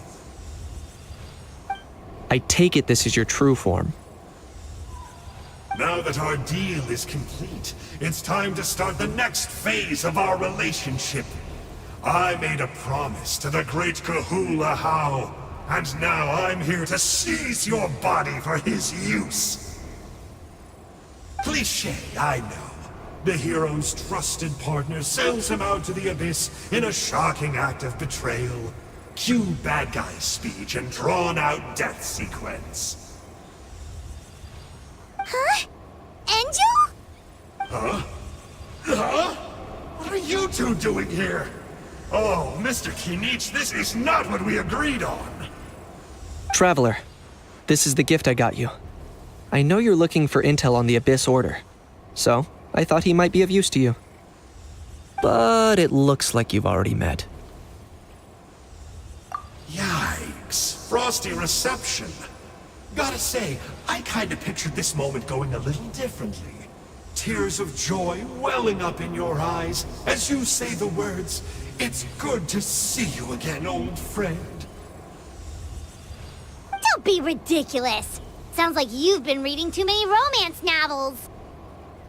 There we have it. Change is inevitable and nothing lasts forever. What a pity. Well then, time for you to meet the new me. This time, please call me Sanka. Sanka! Aha! So you're Glasses Guy! You tricked Huni and Toba into telling you a bunch of stories! What does it matter? A name is a superficial label. It's what's deep down inside that counts. And I've shown you the deepest parts of me. That would explain a lot. Why else would you show up here and start acting like a wise guy? You looking for a fight?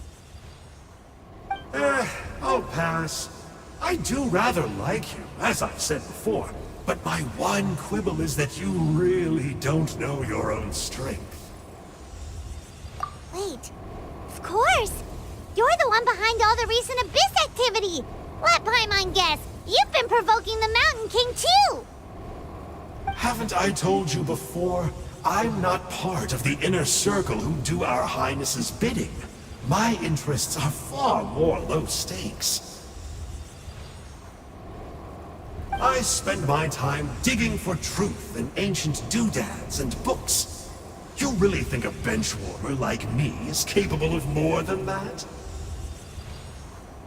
I investigated him.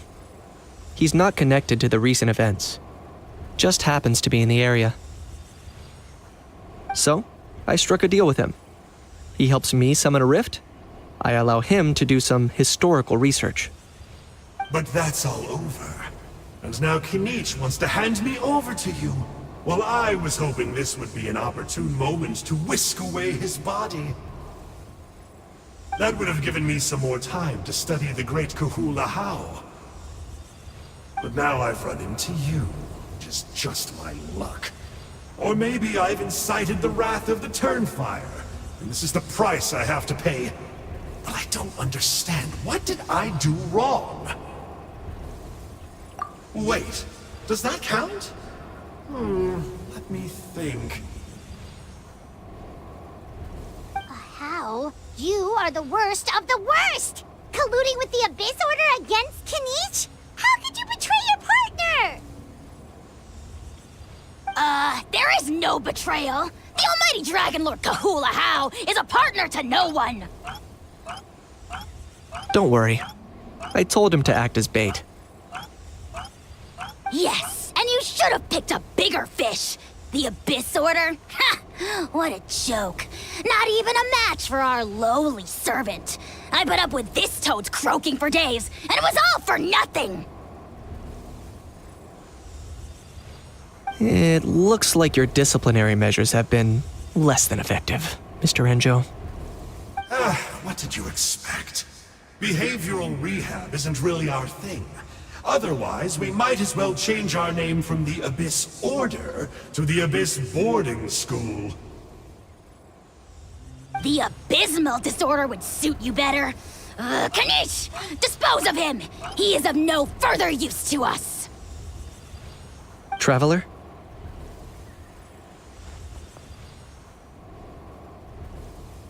Hey now, I may be a lowly clerk, but don't underestimate me. I could never beat you in a straight-up fight, but when it comes to running away, I won't lose to anyone.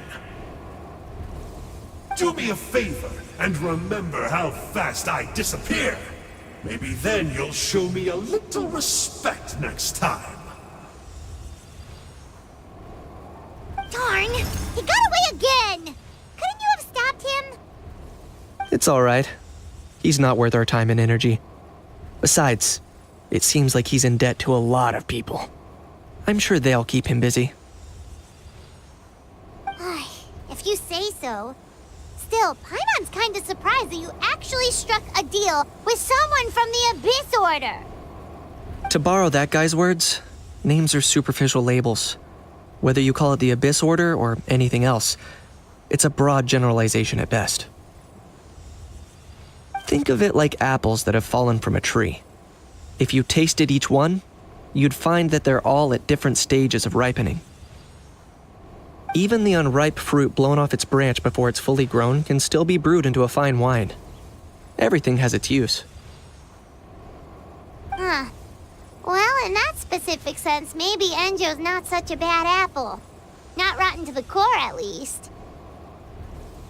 Of course! Only the almighty Dragon Lord, Kahula How, is rotten to the core and evil beyond redemption. Ugh.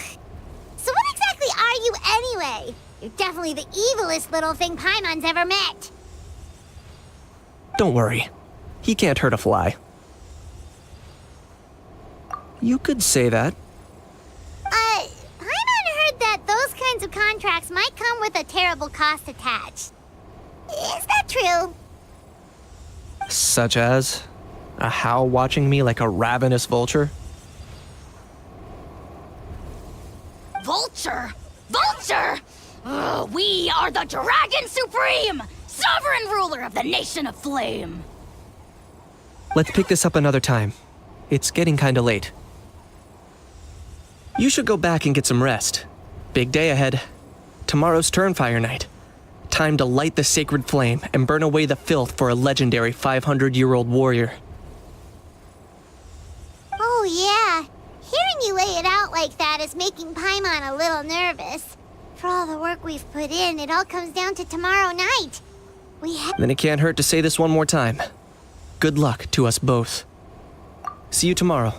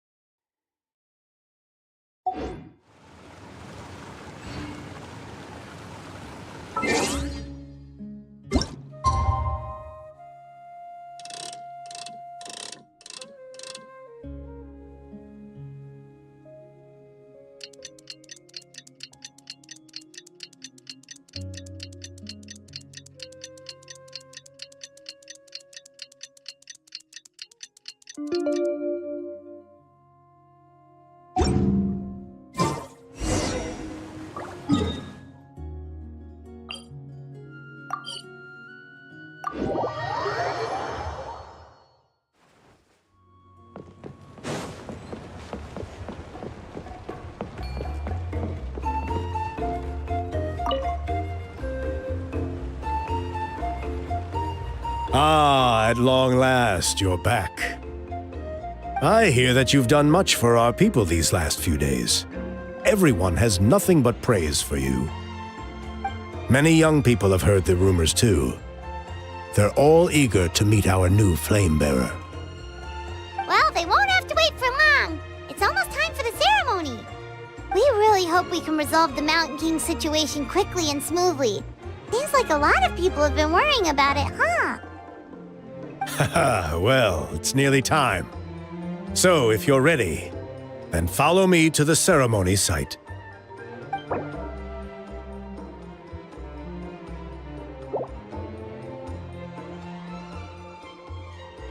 Off we go!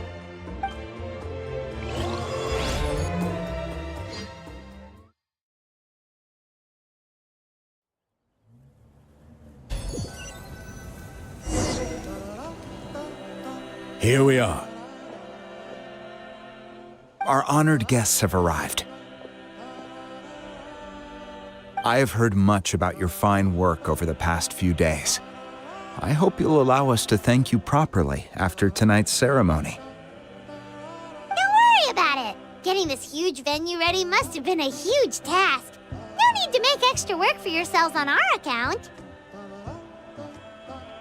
If it means getting the Mountain King issue resolved, no cost is too great to bear. A resolution will come in due course, but every great fire starts as a tiny spark. We must take it one step at a time. No one would disagree with you if that were possible, Chief. But it's been far too long since we've seen a real step forward. Look around you. Can't you see how our numbers have dwindled since the last Turnfire Night? The ceremony was arranged on short notice. Many are away from home and could not make it back in time.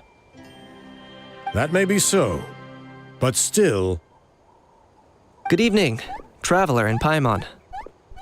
Kinich! Not a moment too soon.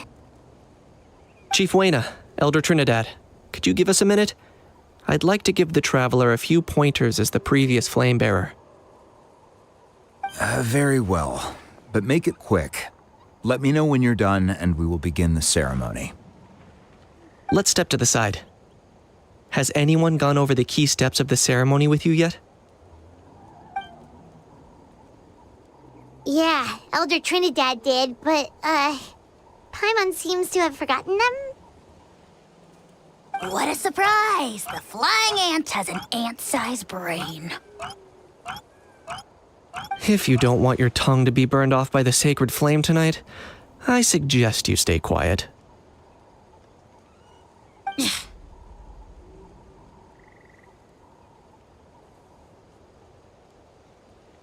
See those sacred flame pillars? Once you've lit the fire, go light each one up in turn. Once that's done, head down into the cave where the Mountain King slumbers. Light the braziers along the way, then bring the flame to the final altar. Then, the ceremony is complete. That sounds simple enough. The process isn't complicated, but remember, you mustn't turn back at any point. If you miss a pillar, you can't light the next one, then come back to it. You have to keep moving forward, or it's seen as disrespecting our ancestors. If that happens, you won't receive the blessing of the Turnfire, and you'll have to start over.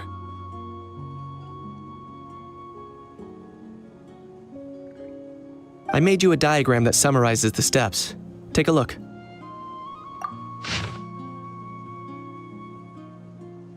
So that's our part. What about you? I'll be with you the whole way, and once you've lit the altar, I'll start summoning the rift. You can leave that side of things to me. Just focus on your part. Okay. We'll try to remember all that and get it right the first time. Ready when you are. But I think I saw Huni and the others just now. Maybe you should say hi before you start. Might make you less nervous. Just tell the chief when you're ready.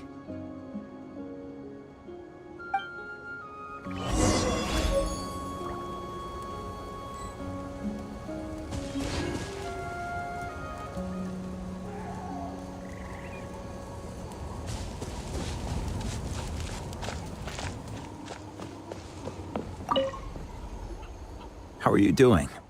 Is all in order? I'm counting on you. Bypassed fuel. My brothers and sisters.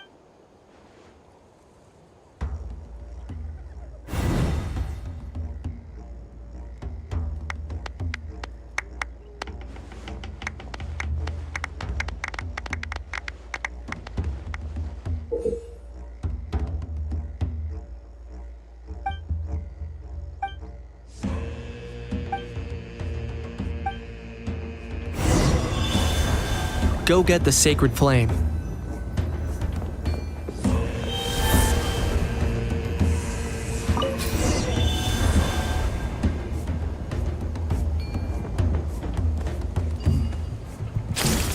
Nicely done. Off to a good start.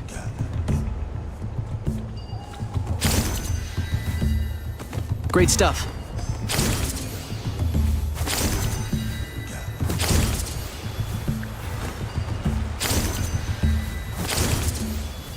You're over halfway. Keep it up.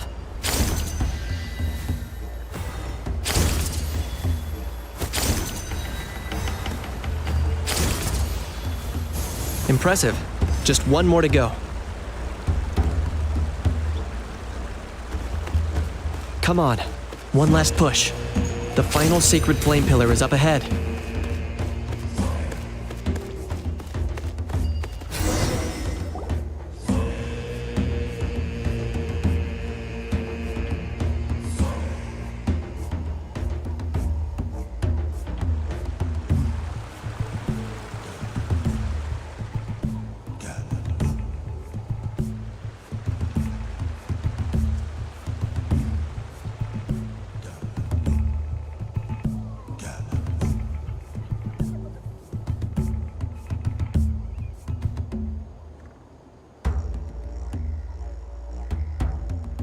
Great.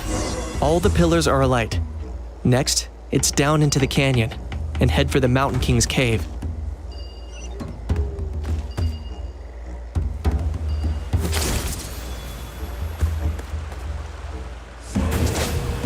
Almost there. The cave is just up ahead.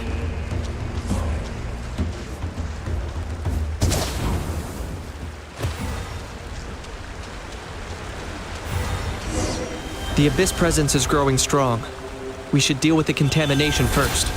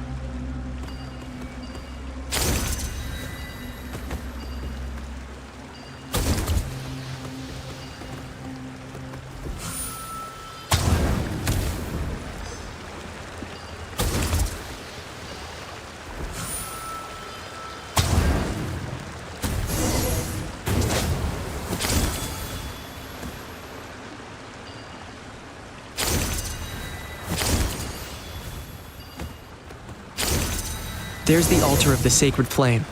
Remember, light up the torches around it first.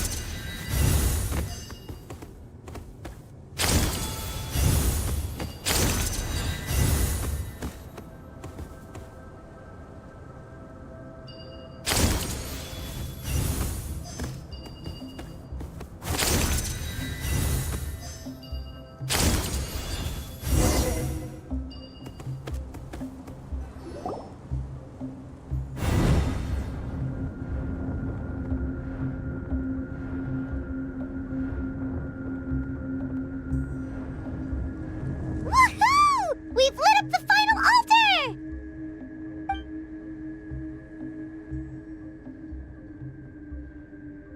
That's the Mountain King up ahead, right? That's him. Kongamato, king of the Yumkasaurs from 500 years ago. He's very powerful. Paimon can tell. He is huge. Let's tread carefully. We don't want to wake him up. You've made it at last. You did even better than I expected. Traveler, now comes the final and most important step of the ceremony. Please use the power of the sacred flame to cleanse the Mountain King of abyssal filth. There's no need this time.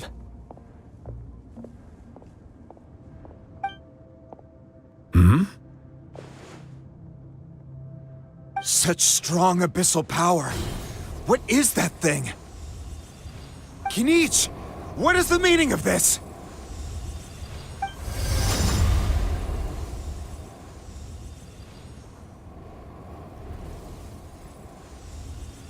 Is that a beastly rift?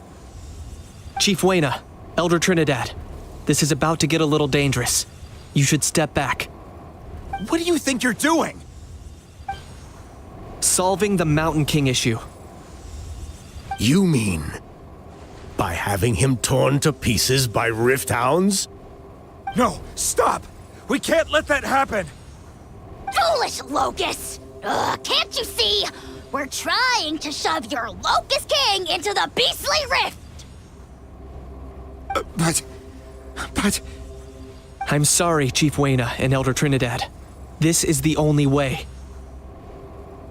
Can you promise me that no harm will come to the Mountain King? I can't guarantee it, but I'm fairly confident. Traveler, this is not what we agreed on. You must cleanse the Mountain King of every last trace of abyssal contamination. Okay, I see what this is. You've been in cahoots this whole time.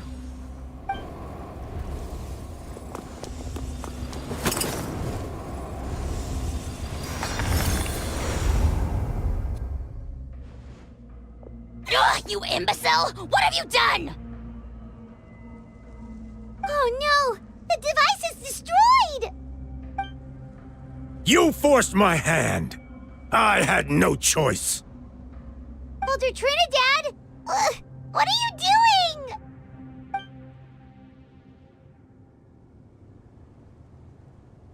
No, the Mountain King is waking up! He will cause even more casualties! Everyone out, now!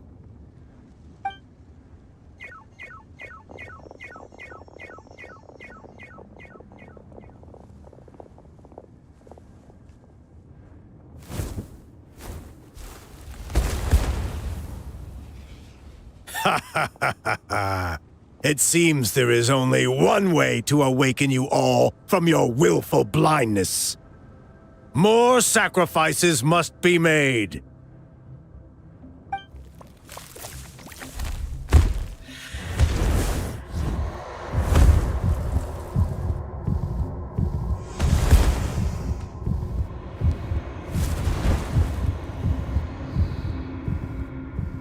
Take me, O Mountain King! Take me as your next sacrifice!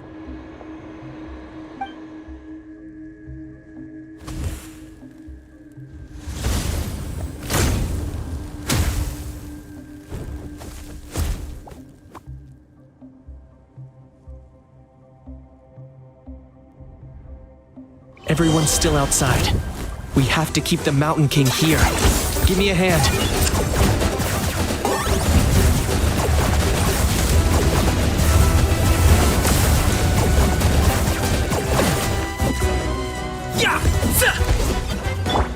Watch out for the fruits he's spitting out. I can use those against him. That's it.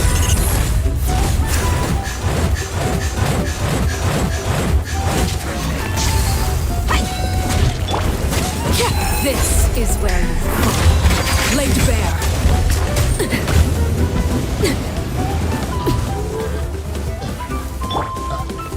Everyone hold hands. The Temple of Wisdom.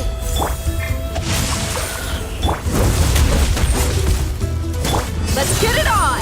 Hi!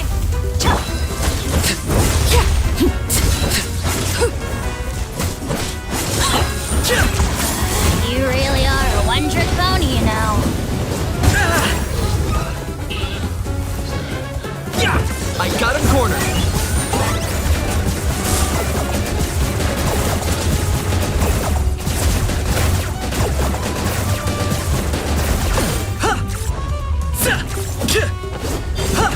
Overruled.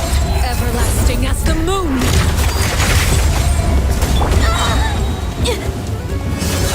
Ha! You asked for it.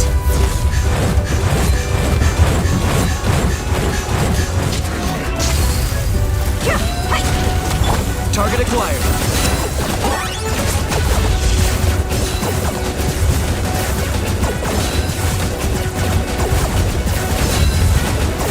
Bow before your king! The Daun lit! That's right! Witness my rise. Laid bare.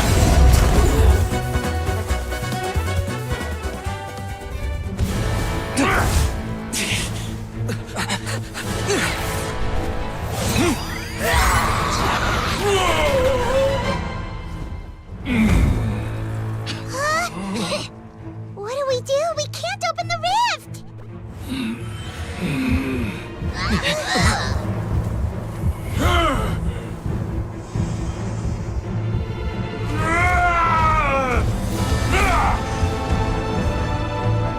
Kill me! Put an end to Huitztlan's shame!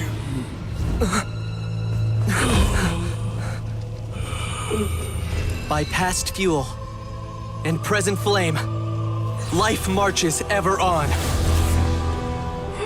Oh, Burkina, I must atone.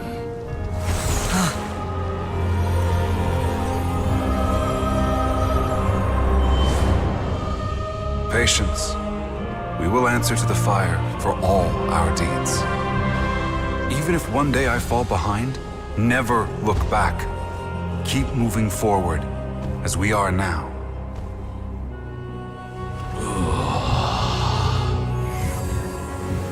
Live with your guilt and shame. This is the price to pay.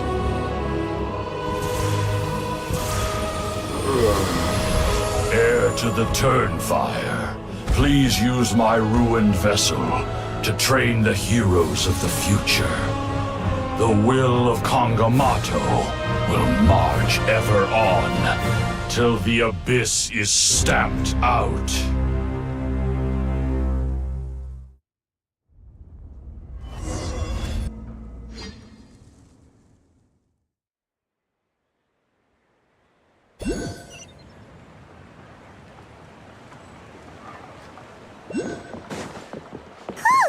Pretty eventful day yesterday, huh?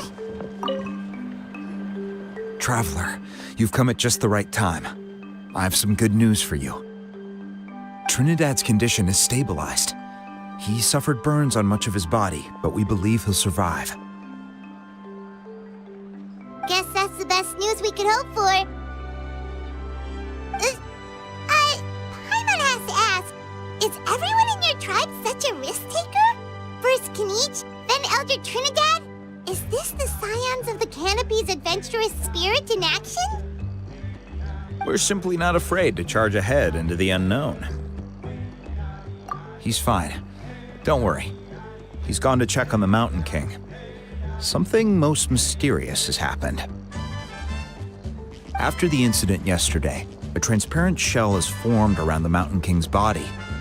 We don't understand the mechanism behind it, but the shell appears to insulate him against the influence of abyssal power. It is somewhat akin to a scab, in that it stops the abyssal energy within him from bleeding out, while also preventing further abyssal energy from seeping in and infecting him.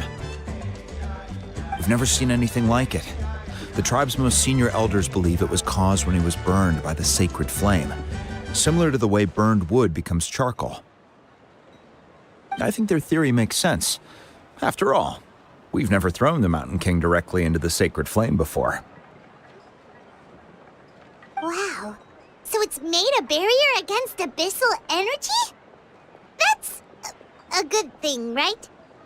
It's practically a miracle from what we've seen of it so far. It means that the Mountain King's level of abyssal energy is now stable. No longer will we need to perform an annual cleansing ceremony. Wow, that's amazing! I know what you're thinking. The young people in the tribe are already speculating that yesterday's ceremony was a Turnfire night like none other in our history. Because you and Kinich, you summoned the very flame that appears in our ancient legends. A great transparent ball of fire. And that fire is what saved the Mountain King. Whoa! So that was the real Turnfire? I may be the chief of this tribe, but I've only ever known the Turnfire as a concept in our legends. I cannot answer that question. If anyone can answer it, I suspect it would be the bearer of the Malipo name. He is in the Mountain King's cave as we speak. Ah, so Kinich then. Why don't we go see how he's doing?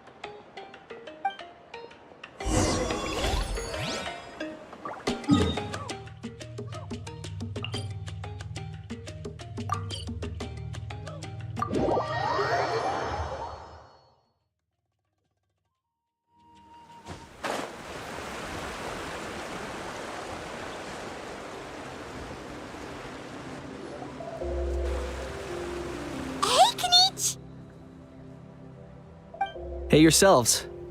You two doing okay after yesterday?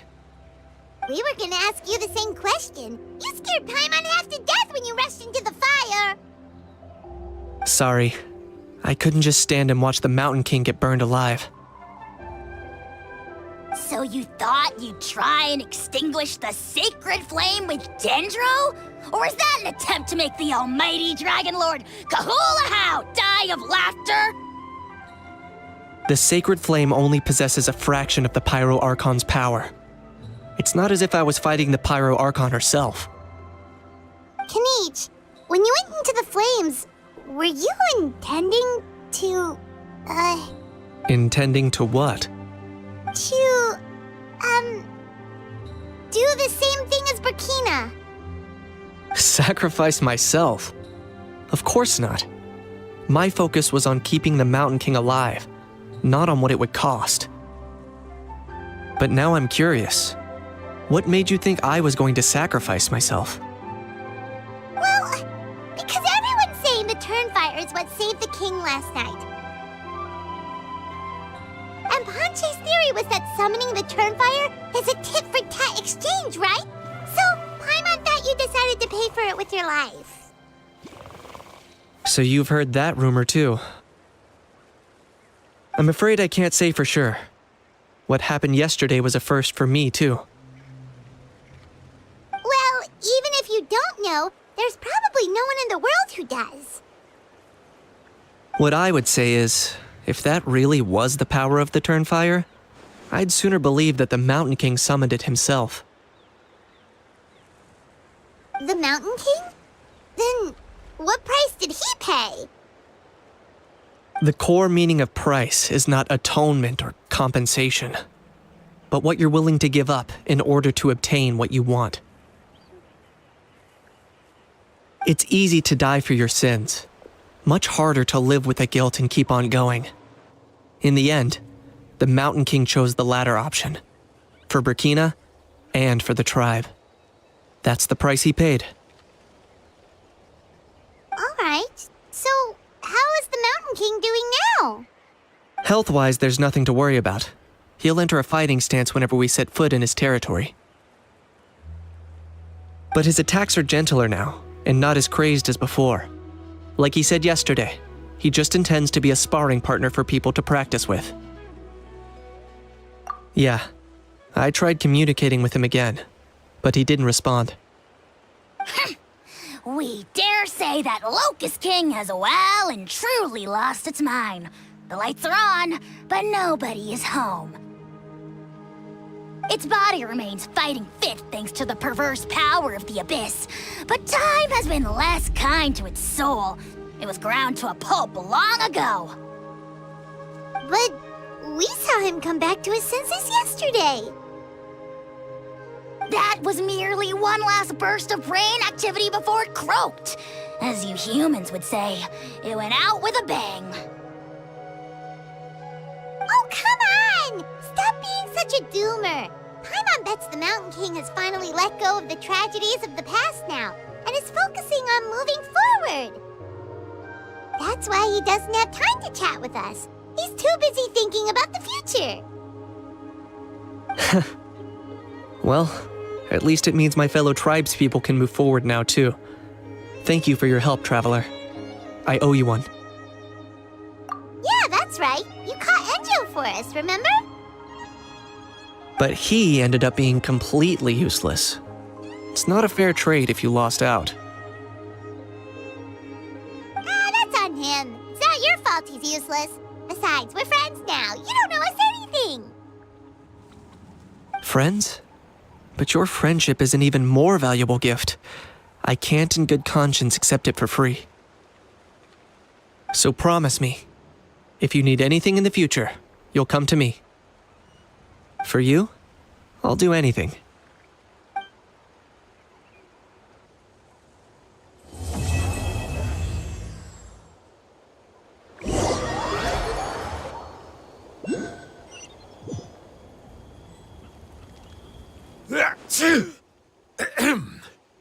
So, in the end, only poor little Huni got the sad ending?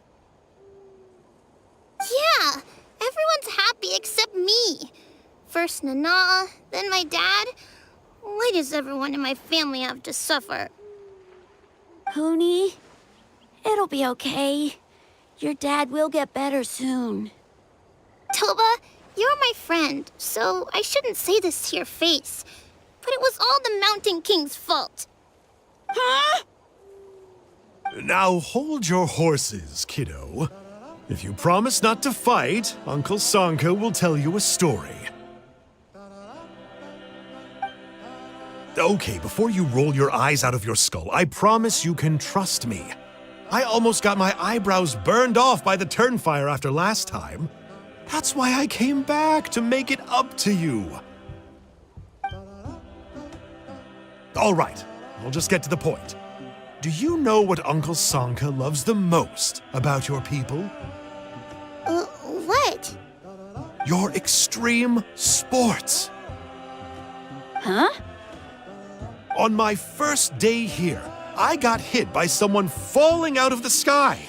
I believe you call it bungee jumping? It's a dangerous sport, to be sure, but the courage it took to make the jump impressed the heck out of me. So, I introduced myself to the jumper, we made friends, and I even helped treat her wounds. Oh, such a nice friend. Of course.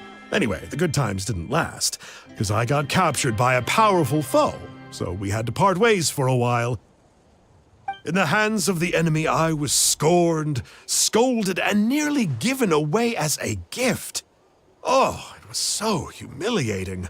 A horrible experience to look back on. Why does Uncle Sanka always have to suffer, I thought. So I feel your pain, Huni. I was in the same position. But in the end, I made it through, and I left all of those painful memories in the past. I even managed to reunite with my friend. Is that it? The moral of the story is to look forward in life, right? Yeah, we've heard that one millions of times. Sorry, Uncle Sanka, but you're not cut out to be a teacher. Very smart, Huni, but not quite smart enough. What I'm trying to tell you is that after I reunited with my friend, I found her injuries were all healed, but she really missed her family. So, I thought you might like to see her too. She's right behind you. Turn around and see. Another trick about not turning back? I'm not falling for that one again. Huh?